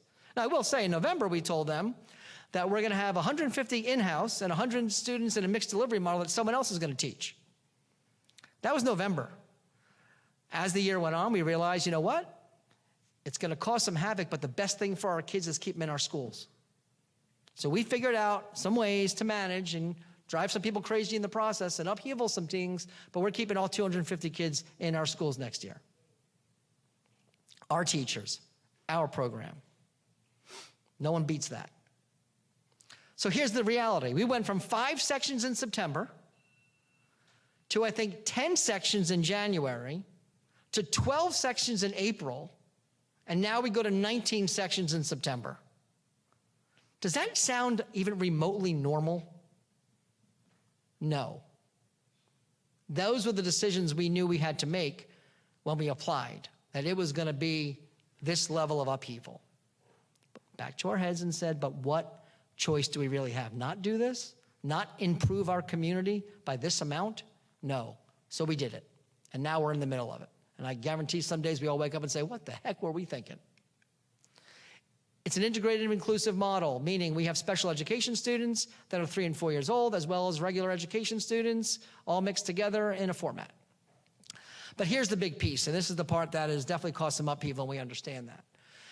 But we're thinking about what's best for kids, all kids, as many as we can hit. And in the process, we have to make some decisions that are not going to be so popular sometimes. And I will tell you from my heart, that makes us not happy that we have to do that. But we have to make some very tough decisions, especially when the money is what the money is and our situations are what the situation is. We look at it and say, wouldn't it be best for the students who most likely would not have had preschool? Those are Title I. Title I refers to lower socioeconomic. The state is giving us this money for this purpose. To at least, if there are students from those schools, to have a chance to be in their school and not have to be moved. At the same time, what does that mean? I wish we could just say, look, we're just going to add on some rooms and do it that way. It's easier, it's fine. We don't have to uproot anything, but we can't. We have 3 Title I buildings in the school district at the elementary level, Constable, Greenbrook, and Brunswick Acres. Currently, they have no preschools because we had no space in September. Remember, when we designed the 22-23 school year, the concept of preschool was not on our radar. There was no offer from the state until the summer. So we had no idea to even think about planning for something that wasn't ever a possibility or even a thought. If we did, we would have designed school differently for the start of September. Well, we couldn't. We did not get awarded this information until much later, which I'll explain. There's a Dayton and Dean's impact. For those that are unaware, Dayton is attached to Indian Fields. Dean's is attached to Brunswick. It's a Brooks Crossing. They are each one school. Indian Fields and Dayton is a school, even though it's two campuses. And Dean's and Brooks Crossing are a school with 2 campuses. Over the years, I can tell you, when I started here in 1992, Dayton and Dean's was its own school. Kim Malloy White was principal of Indian Fields, and for some of her time as principal, you were in charge of Dayton, and then for some of it, you were not in charge of Dayton. Is that correct? This is like the bouncing ball of South Brunswick, Dayton and Dean's. So it's bouncing again. The impact is Dayton and Dean's, again, will house only preschool students next year. So that took some things that caused some upheaval. But we're thinking about what's best for the program. How do we design? How do we provide resources? How do we do that? How do we do that? So we have some very positives in doing this and some negatives. And that's pretty much all of these decisions involve pros and cons. The other impact, of course, is to free up space in Constable, Greenbrook, and Brunswick Acres. We did, and Indian Fields, by the way, we had to make some room in some other ways, and I know that was not necessarily the most popular decision. So we looked at that and how to manage that, and we're going to go through that. But that's preschool impact, but here's the upheaval, so you really understand it. We were notified in November 2022, congratulations, you got it. Start in January. We said, no, we're not going to do that. That's crazy. We're not going to be able to hire staff. We're not going to be able to really do this. We have to move everything around. That's ridiculous. Why don't we just start in September and we'll take your money? Nope. If you don't start in January, you don't get the money. So we said, okay, well, we really want the money. We really want to do this. We know we can't afford it ourselves, so we're going to do it. So we went through a process, and even though we told the state, I'm telling you now, we cannot staff these classrooms in January. And we knew we were right, and we were right, and we didn't staff almost all those classrooms until February. And we still didn't have enough space. We couldn't do it all, so we had to even delay 2 classrooms until April, which just opened last week. I believe it was last week, or was it 2 weeks? 2 weeks ago. So that's massive upheaval. You get told in November to start in January when it takes 60 days for someone to leave a current job they're in, and we have less than 60 days to start. It's absolutely insane. It caused major problems. But we dealt with them, and we've overpassed the first level of upheaval. The other rule, hear this out, is we have to get to 800 students in preschool. We started the year with about 150 in half-day programs. We have to get to 800. So that's why we have to tell them how many more than 150 you can have in the next year. We said 250. I'm assuming by November they're going to say, hey, how many are you going to have the next year? And we'll say, well, we'll make up a number. They go, okay, make up a number. We'll make up a good number. We'll get more money, and we'll have more preschool kids, and we don't know where they'll be. I guarantee you, come November, we will not know where we are putting those preschool kids. I'm telling you all that now. We're going to do our best to know, but it's not realistic. We have to come together. We have to interview, research, and find partners in the community that are worthy of educating our students at our expense, well, at the state's expense, but under our watch. That's called a mixed delivery model, which we'll talk about. But we have to get to 800 students. We have to do that without causing more upheaval. So our plan is to not cause more upheaval after this year. We want this to be it. This is the last year of upheaval for preschool. Long term, we ultimately are looking for, I talked about that already, we are looking for every elementary school to have at least 1. Next year, we'll have 5. We hope, well, actually, we're only going to have only 3, really. Indian Fields and Brooks would not technically have a preschool yet. So massive impact I talked about to Dayton and Deans. That means the kindergarten classrooms that are currently in those schools need to move, meaning Indian Fields is getting their 4 kindergarten placements. So let's play that out. Indian Fields takes the 4 kindergarten classes that were currently at Dayton School. Well, they didn't have space, but they had to take the kids. So the kids move. We had to find the space at Indian Fields School. How do we do that? There was an autism program of kids from around the entire district, I think K2, maybe K3. We're going to relocate that program and put that program where we did have space on the other side of town in Cambridge. So those families know this is happening if they've been, watching or reading the emails and hearing from their caseworkers. Hopefully they've reached to them by now. And, that's an upheaval. The staff, the students have to move from one school to the other. That's an upheaval. But if we didn't do that, then we wouldn't be able to use Dayton and Deans. We wouldn't be able to expand. We would have had to figure out ways to get these students somewhere else, and it would have been a major problem to continue to do what we have to do to maintain this money. So the impact, it hit other programs. It hit the kindergarten program. At the same time, we had to move the Dean's program out. Same thing. Move the Dean's program getting preschool, move the kindergartners out, and move them out. Fortunately, Brooks Crossing had more space.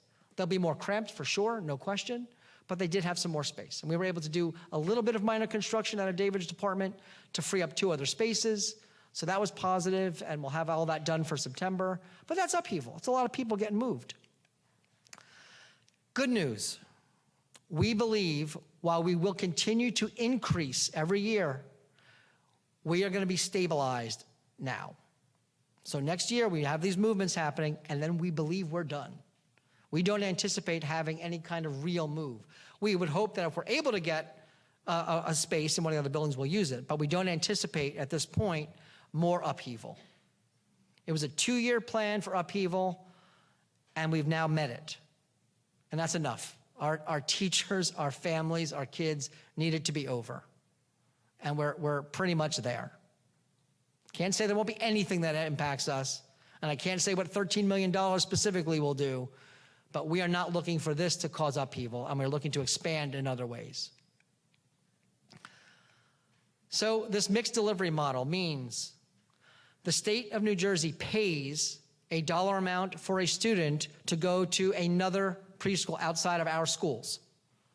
It is overseen by that company. Let's say it was a Preschool Adventures. I don't think there's a place called that, so I didn't give anybody any kudos. Preschool Adventures now will run. Let's say they can house 6 preschools, 90 kids, 15 in a class. They will then be responsible for educating those 90 kids under our watch, with our rules, with our chosen curriculum, and paying those teachers in a similar way to the way we pay our teachers. In other words, they can do it, but they can't skimp. Getting us to that point is not easy, and it is not quick. It isn't just raise your hand and we'll throw you a bunch of kids. It isn't that. The other part of this that goes along with all this is we have to transport. We're going to be transporting our preschoolers next year if they live outside of the mileage, right? If they live and they could be walkers, or they don't need to require a bus, they don't have to become walkers, but they don't have to require a bus, they won't get a bus. And believe it, when we put kids in their own schools, it saves the district a significant amount of money in not having to transport those kids. If all the kids have to be transported, it's a fortune to transport preschool kids. So by doing it the way we're doing it, even though there's been upheaval, if we don't do it, we're going to have other cuts because we'd have an expense on transportation that is out of our ability to manage. And the state, only 1 more year, will let us pay for transportation out of the preschool budget. After next year, we have to cover 100% of the preschool transportation costs ourselves. Yeah, I don't make up the rules. Look at Raja's looking at me like I'm crazy. I am, Raja, but not for this. I didn't do this. Don't yell at me. It's true. These are the rules. It is absurd. And I can't make them up because they're too absurd for me to make up. And that's what we're into. So when we talked about looking at long-term budget impact, if we don't put preschools in home schools in 2 years from now, we are going to be spending, Jill's here, right? Hundreds of thousands, Jill? If I'm lucky. Hundreds of thousands of dollars. So when we said we look at multi-year budgeting, if we do not have home schools for preschools, hundreds of thousands of new dollars into our budget to maintain the free preschool program. So we have to do what we're doing. Even at the upheaval of certain students, don't want to do it. And we're going to do everything we can. We're going to talk about that, how we're going to support those students and families. But we are in a bit of a jam. To do best for the community, we have to have some things that are not always fun. Here are the preschool locations, if you didn't read the letter. 7 are going to be at Dean, 6 at Dayton, 3 at Constable, 2 at Brunswick Acres, 1 at Greenbrook. Plus, we also have 5 preschool disabled full-time students that are classified who get full-time education already before any of these changes. Those are also housed at Dayton and Dean's. So between Dayton and Dean's, 18 classes of preschool, and then 6 classes across the other 3 buildings. That is our setup. That is the why. That is where we are. I can tell you, we never would have made decisions like we're making now if it wasn't for the state of New Jersey's ridiculous approach to this. But they are the ones holding the $4 million. They're wagging the tail. We're stuck. And we can't say no, because I can't do that to kids and families and the community, even at the cost of some uncomfortable decisions. I want to change gears. That's the preschool impact. Now we have some special education impact. So we have some self-contained changes I talked to you about. We are moving the autism program out of Indian Fields, and that program is going to Cambridge. That was done not for any fiscal reason whatsoever. It was done to maximize our space in Dayton and Dean's so we could better program. That's why we had to do it. So K3 LLD, the other move, is moving from Constable to Monmouth Junction. I'm going to talk more about why. Constable is a Title I school, okay? If we need our preschoolers who live in that sending area to go to Constable school and not have to be bused across town. That way there's continuity for years and years and years to come, not for 1 year of discontinuity. So to get there, we had to open it. That's one of the reasons we did. I'm going to talk more about all the reasons in a minute. The second move is the autism we talked about. The third is we're adding 2 self-contained classes to Brooks Crossing. That's what we talked about in the budget presentation. It's basically a cost-neutral move because of the reasons the way that Laura laid it out was actually correct. We were able to bring back some students who are currently out of district, who we will now have the right program for in district. And when that's the case, we work with the families and we bring them back in. It also allows us to not send students out of district that might have gone out of district. So while this was not done for a financial reason, it's done because we have an obligation to our students to do the best we can for them. And those students that we can bring back in school, we want to. The reality is, though, we can't always be the best for certain students. In certain cases, their needs are so great and so extensive, we can't be the best. And they're better served in and out of district placement specific for their needs. But in this case, we can, and we're excited to do it. So these moves are about, let me explain. We had to maximize some space. We wanted to diversify the preschool locations. I don't want to beat that one to death, but that is a big deal here for us. But this is the third one I want to talk about, and this was not in the letter. Our elementary schools are not balanced at the moment. And what I mean by balanced is they're quite different. We have certain schools that have no programs of any type that are of the more challenging nature, let's say. Student needs programs. And then we have some schools that have 3 or 4 sets of programs and are Title I schools, which means a lot of the students come from challenged homes financially, and heavy ELL populations, which means those same schools. So we have certain schools in the district that have high-need students for finances, high-need students for language, high-need students for special needs, and then some schools with virtually none of that.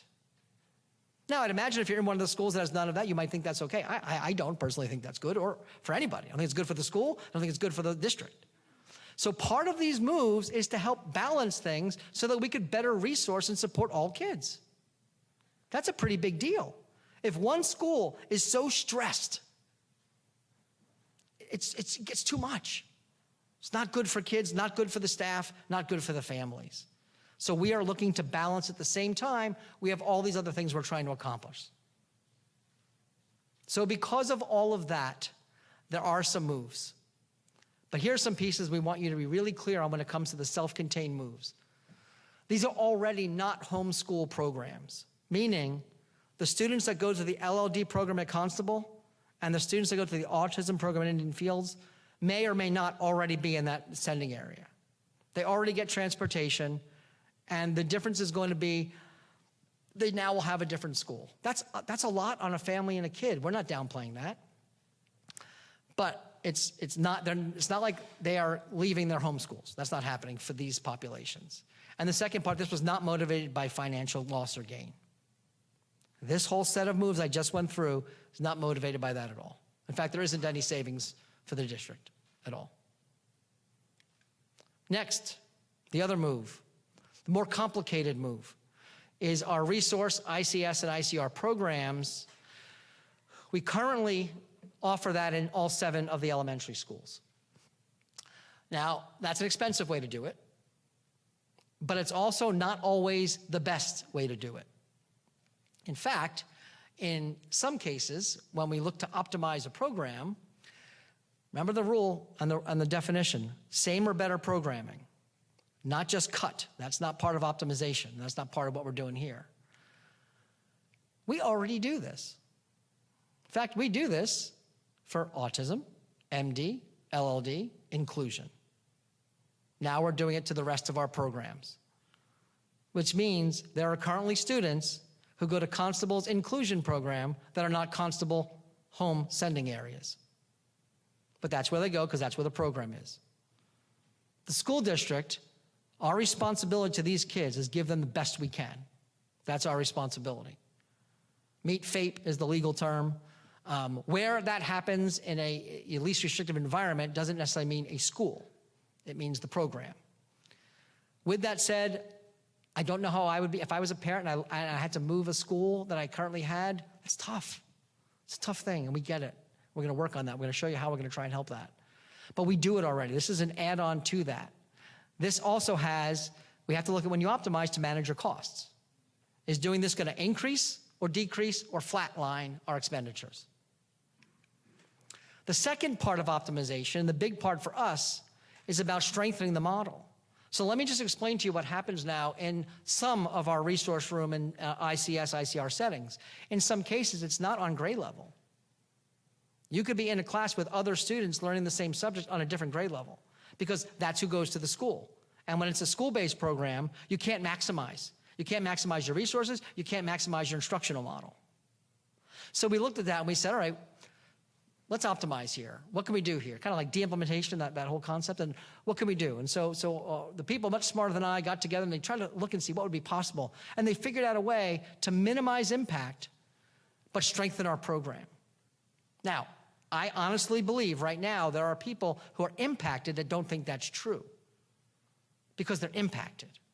I have to try and stay objective. Hard to someone who's impacted to ever stay objective about any topic in the world, let alone when it comes to your kid. Now, we believe the kids will bounce a lot easier than the adults. It's kind of the way it works. Kids are more resilient than us adult people. But in this case, we want to strengthen the program and we want to guarantee single grade instruction delivery. You're in 3rd grade, learning math, and you need support. You're with 3rd graders getting support so the teacher can plan and instruct to 3rd graders at the same time, not 2nd, 3rd, and 4th, potentially. It's a big deal. And it is something we've heard from teachers over the years as well. Now, with that said, people have to move to get here. We have to create a different dynamic than we currently use, meaning the ICS, ICR, and resource models cannot be housed in every school to do it. Except we knew that your current 4th graders who might have been in that school for their entire history, leaving your 5th grade year, that's a lot of pain. So we didn't do it. Costs us a little bit. It's our way to compromise for students' best needs and interests. So for next year, every school that has 5th graders will still have either ICS, ICRE, whatever their need is, whatever their IP says they get. And we'll figure that out and fund it and take care of those kids. But if you're a K1, 2, or 3 in one of those programs, 3 of the schools are moving to a sister school. Not all to one school. We're going to have 4 schools that offer those programs. Okay, that's how it's going to look. Again, that means about 15 of our students are being moved from one school to the other. And we wish we could do this a different way. But this was the way we were able to do it, to manage improving our program, strengthening our program, and funding it successfully without having to make cuts to other things that those same students would benefit by. So we minimized our impact. We managed our costs. And that's how we did it. I mean, that's it. And with that said, we know there's concerns. We're not blind. We get it. So we try to identify what are those transition challenges that students face. And in this case, it's also that families face. SEL, the social emotional, what happens when I move, the just like idea of I'm leaving the things I know, it's tough. We have to figure that out and help those kids. That's not just, don't worry about it. I'm not up here telling you, just don't worry about it. It's a piece of cake. Just do it. Easy. It's not. The familiarity. Big question. Siblings. What about a school that the student that's being moved has a sibling in that same school? What do you do? Now, currently, that's what happens, though. Currently, if you go to the inclusion class in Constable and you have a sibling and your home school is Brooks Crossing, your sibling's still at Brooks Crossing. It's like we've lived this already. We currently live this exact model. We've just increased it a little. Staffing moves. Sometimes staff says, great, I'm glad to move. Sometimes they say, please don't do that to me. It's nature of it is. The good news is we're not losing our people. We're not doing that. Continuity of program. Sometimes what a school knows about a family. I had a long conversation with one of my principals. I'm not going to mention Stacy's name, but in talking to her, she really explained what it means for a child to possibly be moved. And I want our community to know that their principals who might have a change in their program, they're not very happy. They would love to keep all their kids and ask for more. So hearing that and talking to our teachers and listening, we had 2 meetings with our teachers so far, and listening, and I think we have some lists going, and Suzanne started an FAQ. It helps so we can make better decisions for kids. We're also going to be opening up and talking to families now and having those conversations and learning what we need to do to how we do this best for kids, managing all the challenges we're facing. I will say the biggest fear most likely for the adults is fear of the unknown. I'd say that's probably the biggest one. What does it mean? My program is working now, my teacher is working, the school takes care of me. Am I still going to have that? And that's what's going through people's minds, and we get that. So what do we do about that? The other concern is, do I still get transportation? I'm just going to tell you, yes, if the school has you going to a different school, you get transportation, period, the end. That's part of it. So that's not, I'm alleviating that one concern. But since we know the concerns, and we're going to keep hearing more concerns, it allows us to anticipate and therefore try to figure out how to best support. So supporting the transition challenges will involve a lot of meetings with families, possibly some IEP discussions, and possibly some reworking of things that families feel are now necessary as a result of a change. We're open to that. We welcome that. We welcome working with our families. Here's what's going to happen. The teachers, the case managers are going to be like, wow, moving this particular student is potentially going to have this result. They are then going to advocate for putting things in place to support that student, aggressively support that student. That's what is going to happen for the students that might be transitioning. And I'm very confident in our people for that. These people that do this work, our special education teachers, the teachers in regular education that work with these students and our case management, pulls at their heartstrings all day, how they can best support these kids. So that's where I'm very confident. How do we do visitations, walkthroughs, come visit the school, meet the next year's teacher, do all of this in a very different way than we've done in the past? How do we maximize that? What does that mean for us? How do we do that? How do we use the summer? How do you meet and greet and get comfortable? We owe it to the families, to these students, to have that done for them before they walk in the door in September. That is a big part of the work we're going forward with. And that's a big deal. That will be open and continued the entire time, both before and after.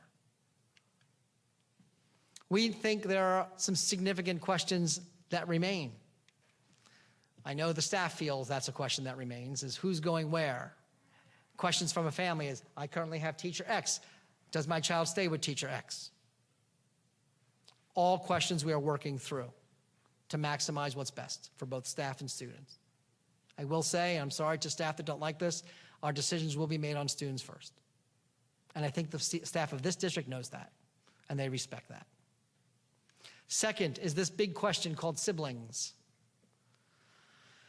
We've done some other moves over the years that required us to rethink how we look at things and do things to support families. For example, when we changed Greenbrook used to go split between both north and south. When we changed that for balancing our school district in other ways, all of Greenbrook students now go to north. There were some questions in that first year and that first change and how to manage that. So we listened and we allowed lots of things to happen to support families and students in that year, and then for 2 years, actually. 2 years of changes for that. We're not sure. I don't have answers. So if the question is, if my child who's moving has a sibling in the school, do they get to move also? I'm just putting it out there today. I do not have an answer for that today.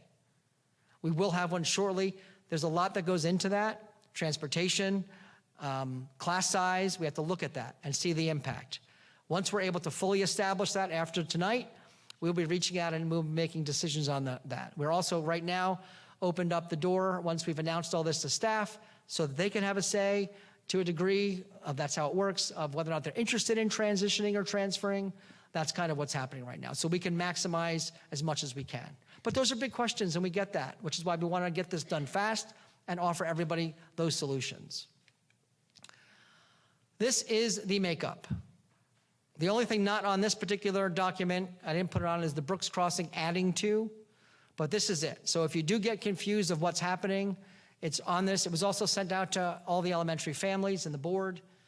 And this pretty much is what we need to do to manage all of the various things I've talked about for the last, 2 hours. This has been works of enormous amount of time and energy. The part I hate about all of this is I know we've made some decisions that are going to make some people not feel good about it. But when you lose $9 million over the course of 5 years and we're able to manage as we have, I have to still stand by we're doing what's best for this community, and I'm going to do everything I can to support these families and these kids that are somewhat impacted. And that is a promise that I'll make in public that we'll do that. With that said, that ends my presentation. Again, the process for now is if there's questions from the board, I'll entertain those questions. If after that, then the board will be opening up shortly after for public comment, which can be on either this topic, budgetary if you've thought of things, or other topics as well by the time the night's over. Very good. Thank you, Mr. Fetter. I'm going to open it up now to the board. So any questions to my left? Dr. Raj? Could you please reiterate the number of students that are impacted? The number of students impacted by the resource moves is either 15 or 16, I can't remember. I'm not going to put anyone on the spot in the audience. Okay. The number of students impacted by the K3 LLD move and the autism move, offhand, I honestly don't know that. If I said about 25, would that be about accurate? Total LLD, K3 only, and autism out of Indian Fields? 30 total? So maybe 30 for that? You're welcome. Ms. Karthik? Thank you. Mr. Ferrer, thanks for your presentation. I think you had reiterated in a previous presentation regarding the preschool, the number we must increase every year to reach up to 800 students, right? Well, we can pick the number, but we have to get to what's called the full preschool universe. The preschool universe is defined by the state as 90% of the sum of your kindergarten and first grade class. So if you have 450K and 450 first, it's 90% of 900, which is about 800. That's their formula. They're really good at formulas over there in Trenton. How much time do we have to get to that? How what? So Oh, they told us 5 years to get there. 5 years. Yeah, well, I'm not very good at counting years, so it'll be 5-ish years, 5-ish, starting 2022. 5-ish years. Could be 7-ish Okay. At Cambridge right now? or more. So we have time until 2027 to reach the 800 number. Sure. I don't have any other questions. Go with that. Any further questions to my left? Yes, Ms. Ferreira? Scott, I was wondering about this transition and the proposed transition to move these students around, move the schools around. Do you anticipate that you will be ready in the fall of 2023, like student ready in all of those buildings? That actually is the easier part. Yeah, to be ready is the easier part for this, because now we're here. Now we're in control, not the state. So yes, we are already fully ready. We've already been hiring for our preschool programs. I think we might even be fully hired, I think, for staff or close to it. That's been very positive, because now we have time. You do it the right way, you have time. When you have to hire people in 5 seconds, you don't have time. So that's going well. As far as the movements, it's May. We have a lot of time to work with our families and do all that. And again, the families in the LLD and the autism, there's not really a change to anything associated with their program other than the building. The others might feel there's more because they're leaving a homeschool scenario in some cases and moving. But in all cases, for the 30 of those students and the 15 of the other students, that's 45 kids we owe a great deal of time and effort to give them the needs so we can hear from them and work with them, and we are very comfortable in September. I'll just say multiple. And just for clarification, this doesn't include middle school students in those areas at all? Right, no, this is only the elementary programs right now. Thank you. Yeah, thank you. Any further questions to my left? Questions to my right? Mr. Hernandez?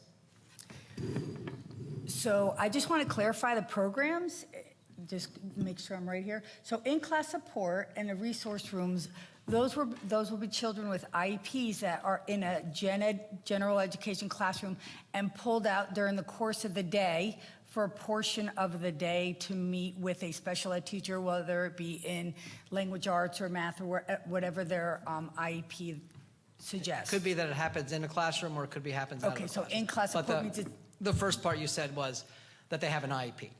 Yeah. All of these students have IEPs. And then like the LLD class and the autism class, that's self-contained where they are in a classroom with a special ed teacher all day because of their certain classification, correct? Well, when I say all day, I'd imagine there's some students that have mainstreaming time within their day. Well, like But their special- general program is a self-contained Okay. environment with supports. Okay, so they would be like in music and gym, they would, Again, IEPs drive all of these Oh, things, IEP. but the program that exists, for example, in autism at Indian Fields will exist identically at Cambridge. okay. Any other questions to my right? No? Thank you, Mr. Feder. I also just want to provide a thank you to Dr. Raj, Chair of the Committee for Education, as well as Ms. Hernandez and Ms. Karthik. There's been multiple meetings that this committee has had with Mr. Feder along with the education experts. Mr. Morales was present, Ms. Suzanne Luckborn, and Dr. Evelyn Mammon. You've all done a wonderful job, and I thank you for providing the committee the opportunity to go through this in depth. So thank you again. And as in the past, when you had mentioned earlier, when the Greenbrook students that were going to South were moved to North, this happened last year, there was great updates that were given to the committee as to the status of how those moves took place, any issues, et cetera, which were none, which were great. And I just ask that the committee recognize that as well. And as this happens, the committee receive updates from administration as to how what the status is in the process, and then they can update the entire board as well as the community. Absolutely. Thank you. Okay. No further questions from the board. All right, so then we will move on to public comments on agenda items only. And let me read the statement, and then I will call for any public comments. So the Board of Education recognizes the value of public comment on educational issues and importance of allowing members of the public to express themselves on school matters of community interest. Copies of the rules that govern this portion of the meeting are available to the public at the back of the room. You can obtain an advanced copy by contacting board office during regular business hours or access the information online in the district website. We reserve the right to limit each speaker to no more than 3 minutes. Mr. Pawlowski, will indicate when you have 15 seconds remaining. It is our plan to listen to each member of the public. We will note all questions and comments made, and once all questions and comments from all members of the public are made, the Board of Education will respond, if necessary, to questions or comments in the most timely and efficient manner available. Please consider not repeating questions or comments made by other members of the public. At this time, we do have one individual who has pre-registered, Adil Sheikh, parent of a special ed student in 2nd grade, Monmouth Junction. Present? Thank you. That's what she told me. Did I say it wrong? Yeah. Yes, hi. Good evening, everybody. My name is Adil Sheikh. My son goes to Monmouth Junction Elementary. My other son also graduated from the same school. My younger son, he's in 2nd grade. He's receiving IEP right now. So thank you, Mr. Feder, for going, putting all this together and giving us an overview of this. The whole move. First of all, I just have several comments, and then I'll go with the question. So I hear that from the Monmouth Junction Elementary, you're moving the resource center for K-3 to Constable. This is, as you said, in one of the slides, you said that this move was not motivated by any financial loss or gain. So my first question is, what was the motivation behind moving the resource center rather than moving the staff, of the resource center, or actually doing some other changes? That's the first question, because... Just hold on that so I can just clarify. The part of the presentation that talked about not being any financial had to do with the self-contained classes moving. Okay. When it comes to the resource room movement, there are ways to maximize expenditures in that. So in this particular case, we didn't have to hire 2 more staff members in the district. So that was different than the LLD and the autism classes moving. It's the resource room moves were multifaceted, including financial. Sure, okay. So, yeah, so that answers part of the question, but as I was saying, these kids who are in K-2, they are struggling, because of their special education needs, since they are behind the curve on their, grade level education. So, as you said, now you confirm that this is something which was not a financial motivated. So what was, it was something, but which was financially motivated, right? Or no, sorry, not financially motivated, but something which was planned. Sure. I'll come to get you, don't worry. Sure.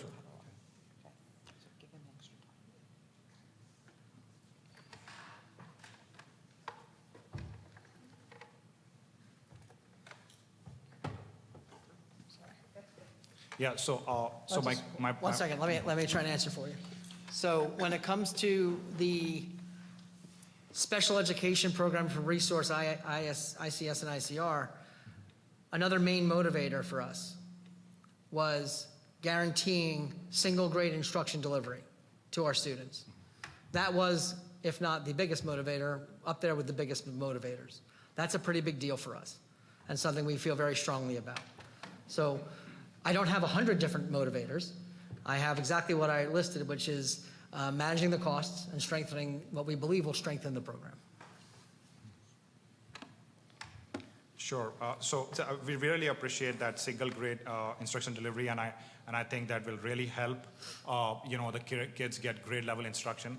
But just one other apprehension that I had was, why, if you are having to manage the cost by doing that, the main motivation was single grade instruction delivery, but why move the resource center? Can we move the staff around and shuffle the students around so that students with similar grade needs who are in an IP can be grouped but stay in the same home school rather than putting them into a different school, right? That's what we currently do, and that's not working. We can't move. You basically describe what we're doing is move kids from the same grade level to below the kids from the same grade level so that the teacher can teach them.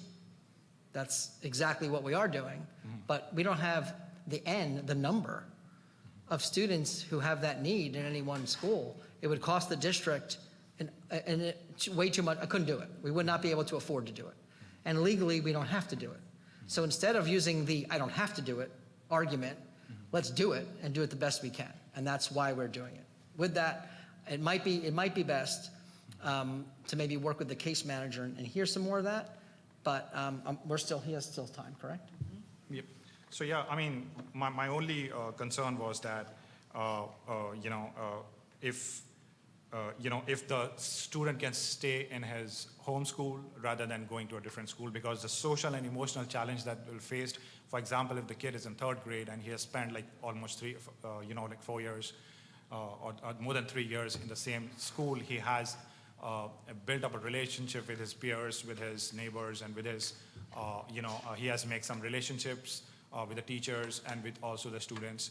So the social emotional challenge will be really, challenging for these kids who are receiving special education. So would that be taken into consideration and not move the resource center, or is this the final move? Because as a parent of a special education kid, we were not informed, and the parents was not given a chance to raise their voices or raise their concerns that this happened to us. This came to us on May 1st, to me especially, but I don't know about the other special education parents. So we are kind of, this is, we have, what my point here is there any, in the future, if there's any such moves, will the parents be involved in any kind of decision which is being made, so that we are not caught off guard with this kind of moves and, a sudden change in the instruction that the kid is going to receive for the special education? Well, I'll just say, and then I'm not going to answer too much. It's a big question. But the instruction is the reason we're doing it. So that part is going to change for the better. In the case of if they're not already in a single guarantee, we think that's a better program. As far as the time of when it was shared is, I think probably whenever we shared it, it would probably have the same level of outcome. But I hear you, and if there is anything else that's going to be happening, we will do our best to share in the most timely manner we are able. Thank you. That's 3 minutes, sir. Okay. Sure. Thank you so much for your. Thank you. Thanks. Thank you very much. Thank you for your comment. Thank you very much. Is there anyone else in the audience that would like to make a public comment on agenda topics only? Seeing none, we will close this public portion of the agenda. Okay, the next order of business, wait a second, sorry, yep, is the consent, the consent agenda review. The consent agenda of May 4th, 2023 is specific to the approval and adoption of the 2023-2024 school district budget. I will read the adoption. Be it resolved upon the recommendation of the superintendent of schools that the South Brunswick Board of Education approve the full year 2023-2024 school district budget for submission to the county office as follows. General fund budget, $150,169,752. Special revenue fund, $9,477,922. Our debt service fund is $7,023,325 for a total base budget of $166,670,999. Our local tax levy general fund will be $121,490,026. No special revenue fund. Our debt service fund under the tax levy will be $5,941,883 for a total base budget of $127,431,909. It's a lot of numbers. Be it resolved, whereas school district travel policy 6471 and NJAC 6A.23B-1.2b provides that the Board of Education shall establish in the annual school budget a maximum for 2023-2024 school year. Now, therefore, be it resolved that the South Brunswick Board of Education spent to date for the 2022-2023 school year on district travel the sum of $51,384.64. Now therefore be it resolved that the South Brunswick Board of Education hereby establishes the school district travel maximum for the 2023-2024 school year at the sum of $80,000. Be it further resolved that the school business administrator shall track and record these costs to ensure that the maximum amount is not exceeded. Mr. Pawlowski, may I have a roll call, please, for the consent agenda of May 4th, 2023? You need a motion Oh, and a yes, second. thank you. I'll move May I it. have a motion? Forgot about that. Move it. Mr. Nathanson, Ms. Hernandez, a second. May I have a roll call now? Ms. Julie Ferrara, Approve? Ms. Laura Hernandez, Yes. Mrs. Deepa Karthik. Yes. Ms. Alicia Khan. Yes. Mr. Raja Krishna. Yes. Mr. Mike Mitchell. Yes. Mr. Barry Nathanson. Yes. Dr. Smith Raj. Yes. Mrs. Lisa Rogers. Yes. Motion carries. Thank you. Moving on to the second opportunity for public comment on any comment. This is the second opportunity for the public to comment on any matter. You are reminded that the board recognizes the value of comments on educational issues and that you are limited to 3 minutes. Again, at the podium, please state your name, place of residence, and/or your group affiliation. Mr. Pawlowski, I do not believe we have any members who have pre-registered? Nope. No? Are there any members in the audience that would like to make any public comment on any item? Seeing none, I will close the section of public comments. If there's no further business to be discussed by any member? No, please note that the next scheduled Board of Education meeting is set for Thursday, May 25th at 2023. Excuse me again. May 11th, sorry, I know, I caught myself as I said that. Please note that the next scheduled Board of Education meeting is set for May 11th, 2023. May I have a motion and a second to adjourn? Mr. Mitchell, motion? I'm going to go this way. Ms. Ferreira, on a second. Hearing no objection, all in favor, the meeting is adjourned. Thank you. And the meeting is adjourned at 9:20. Thank you for attending and have a pleasant evening, South Brunswick.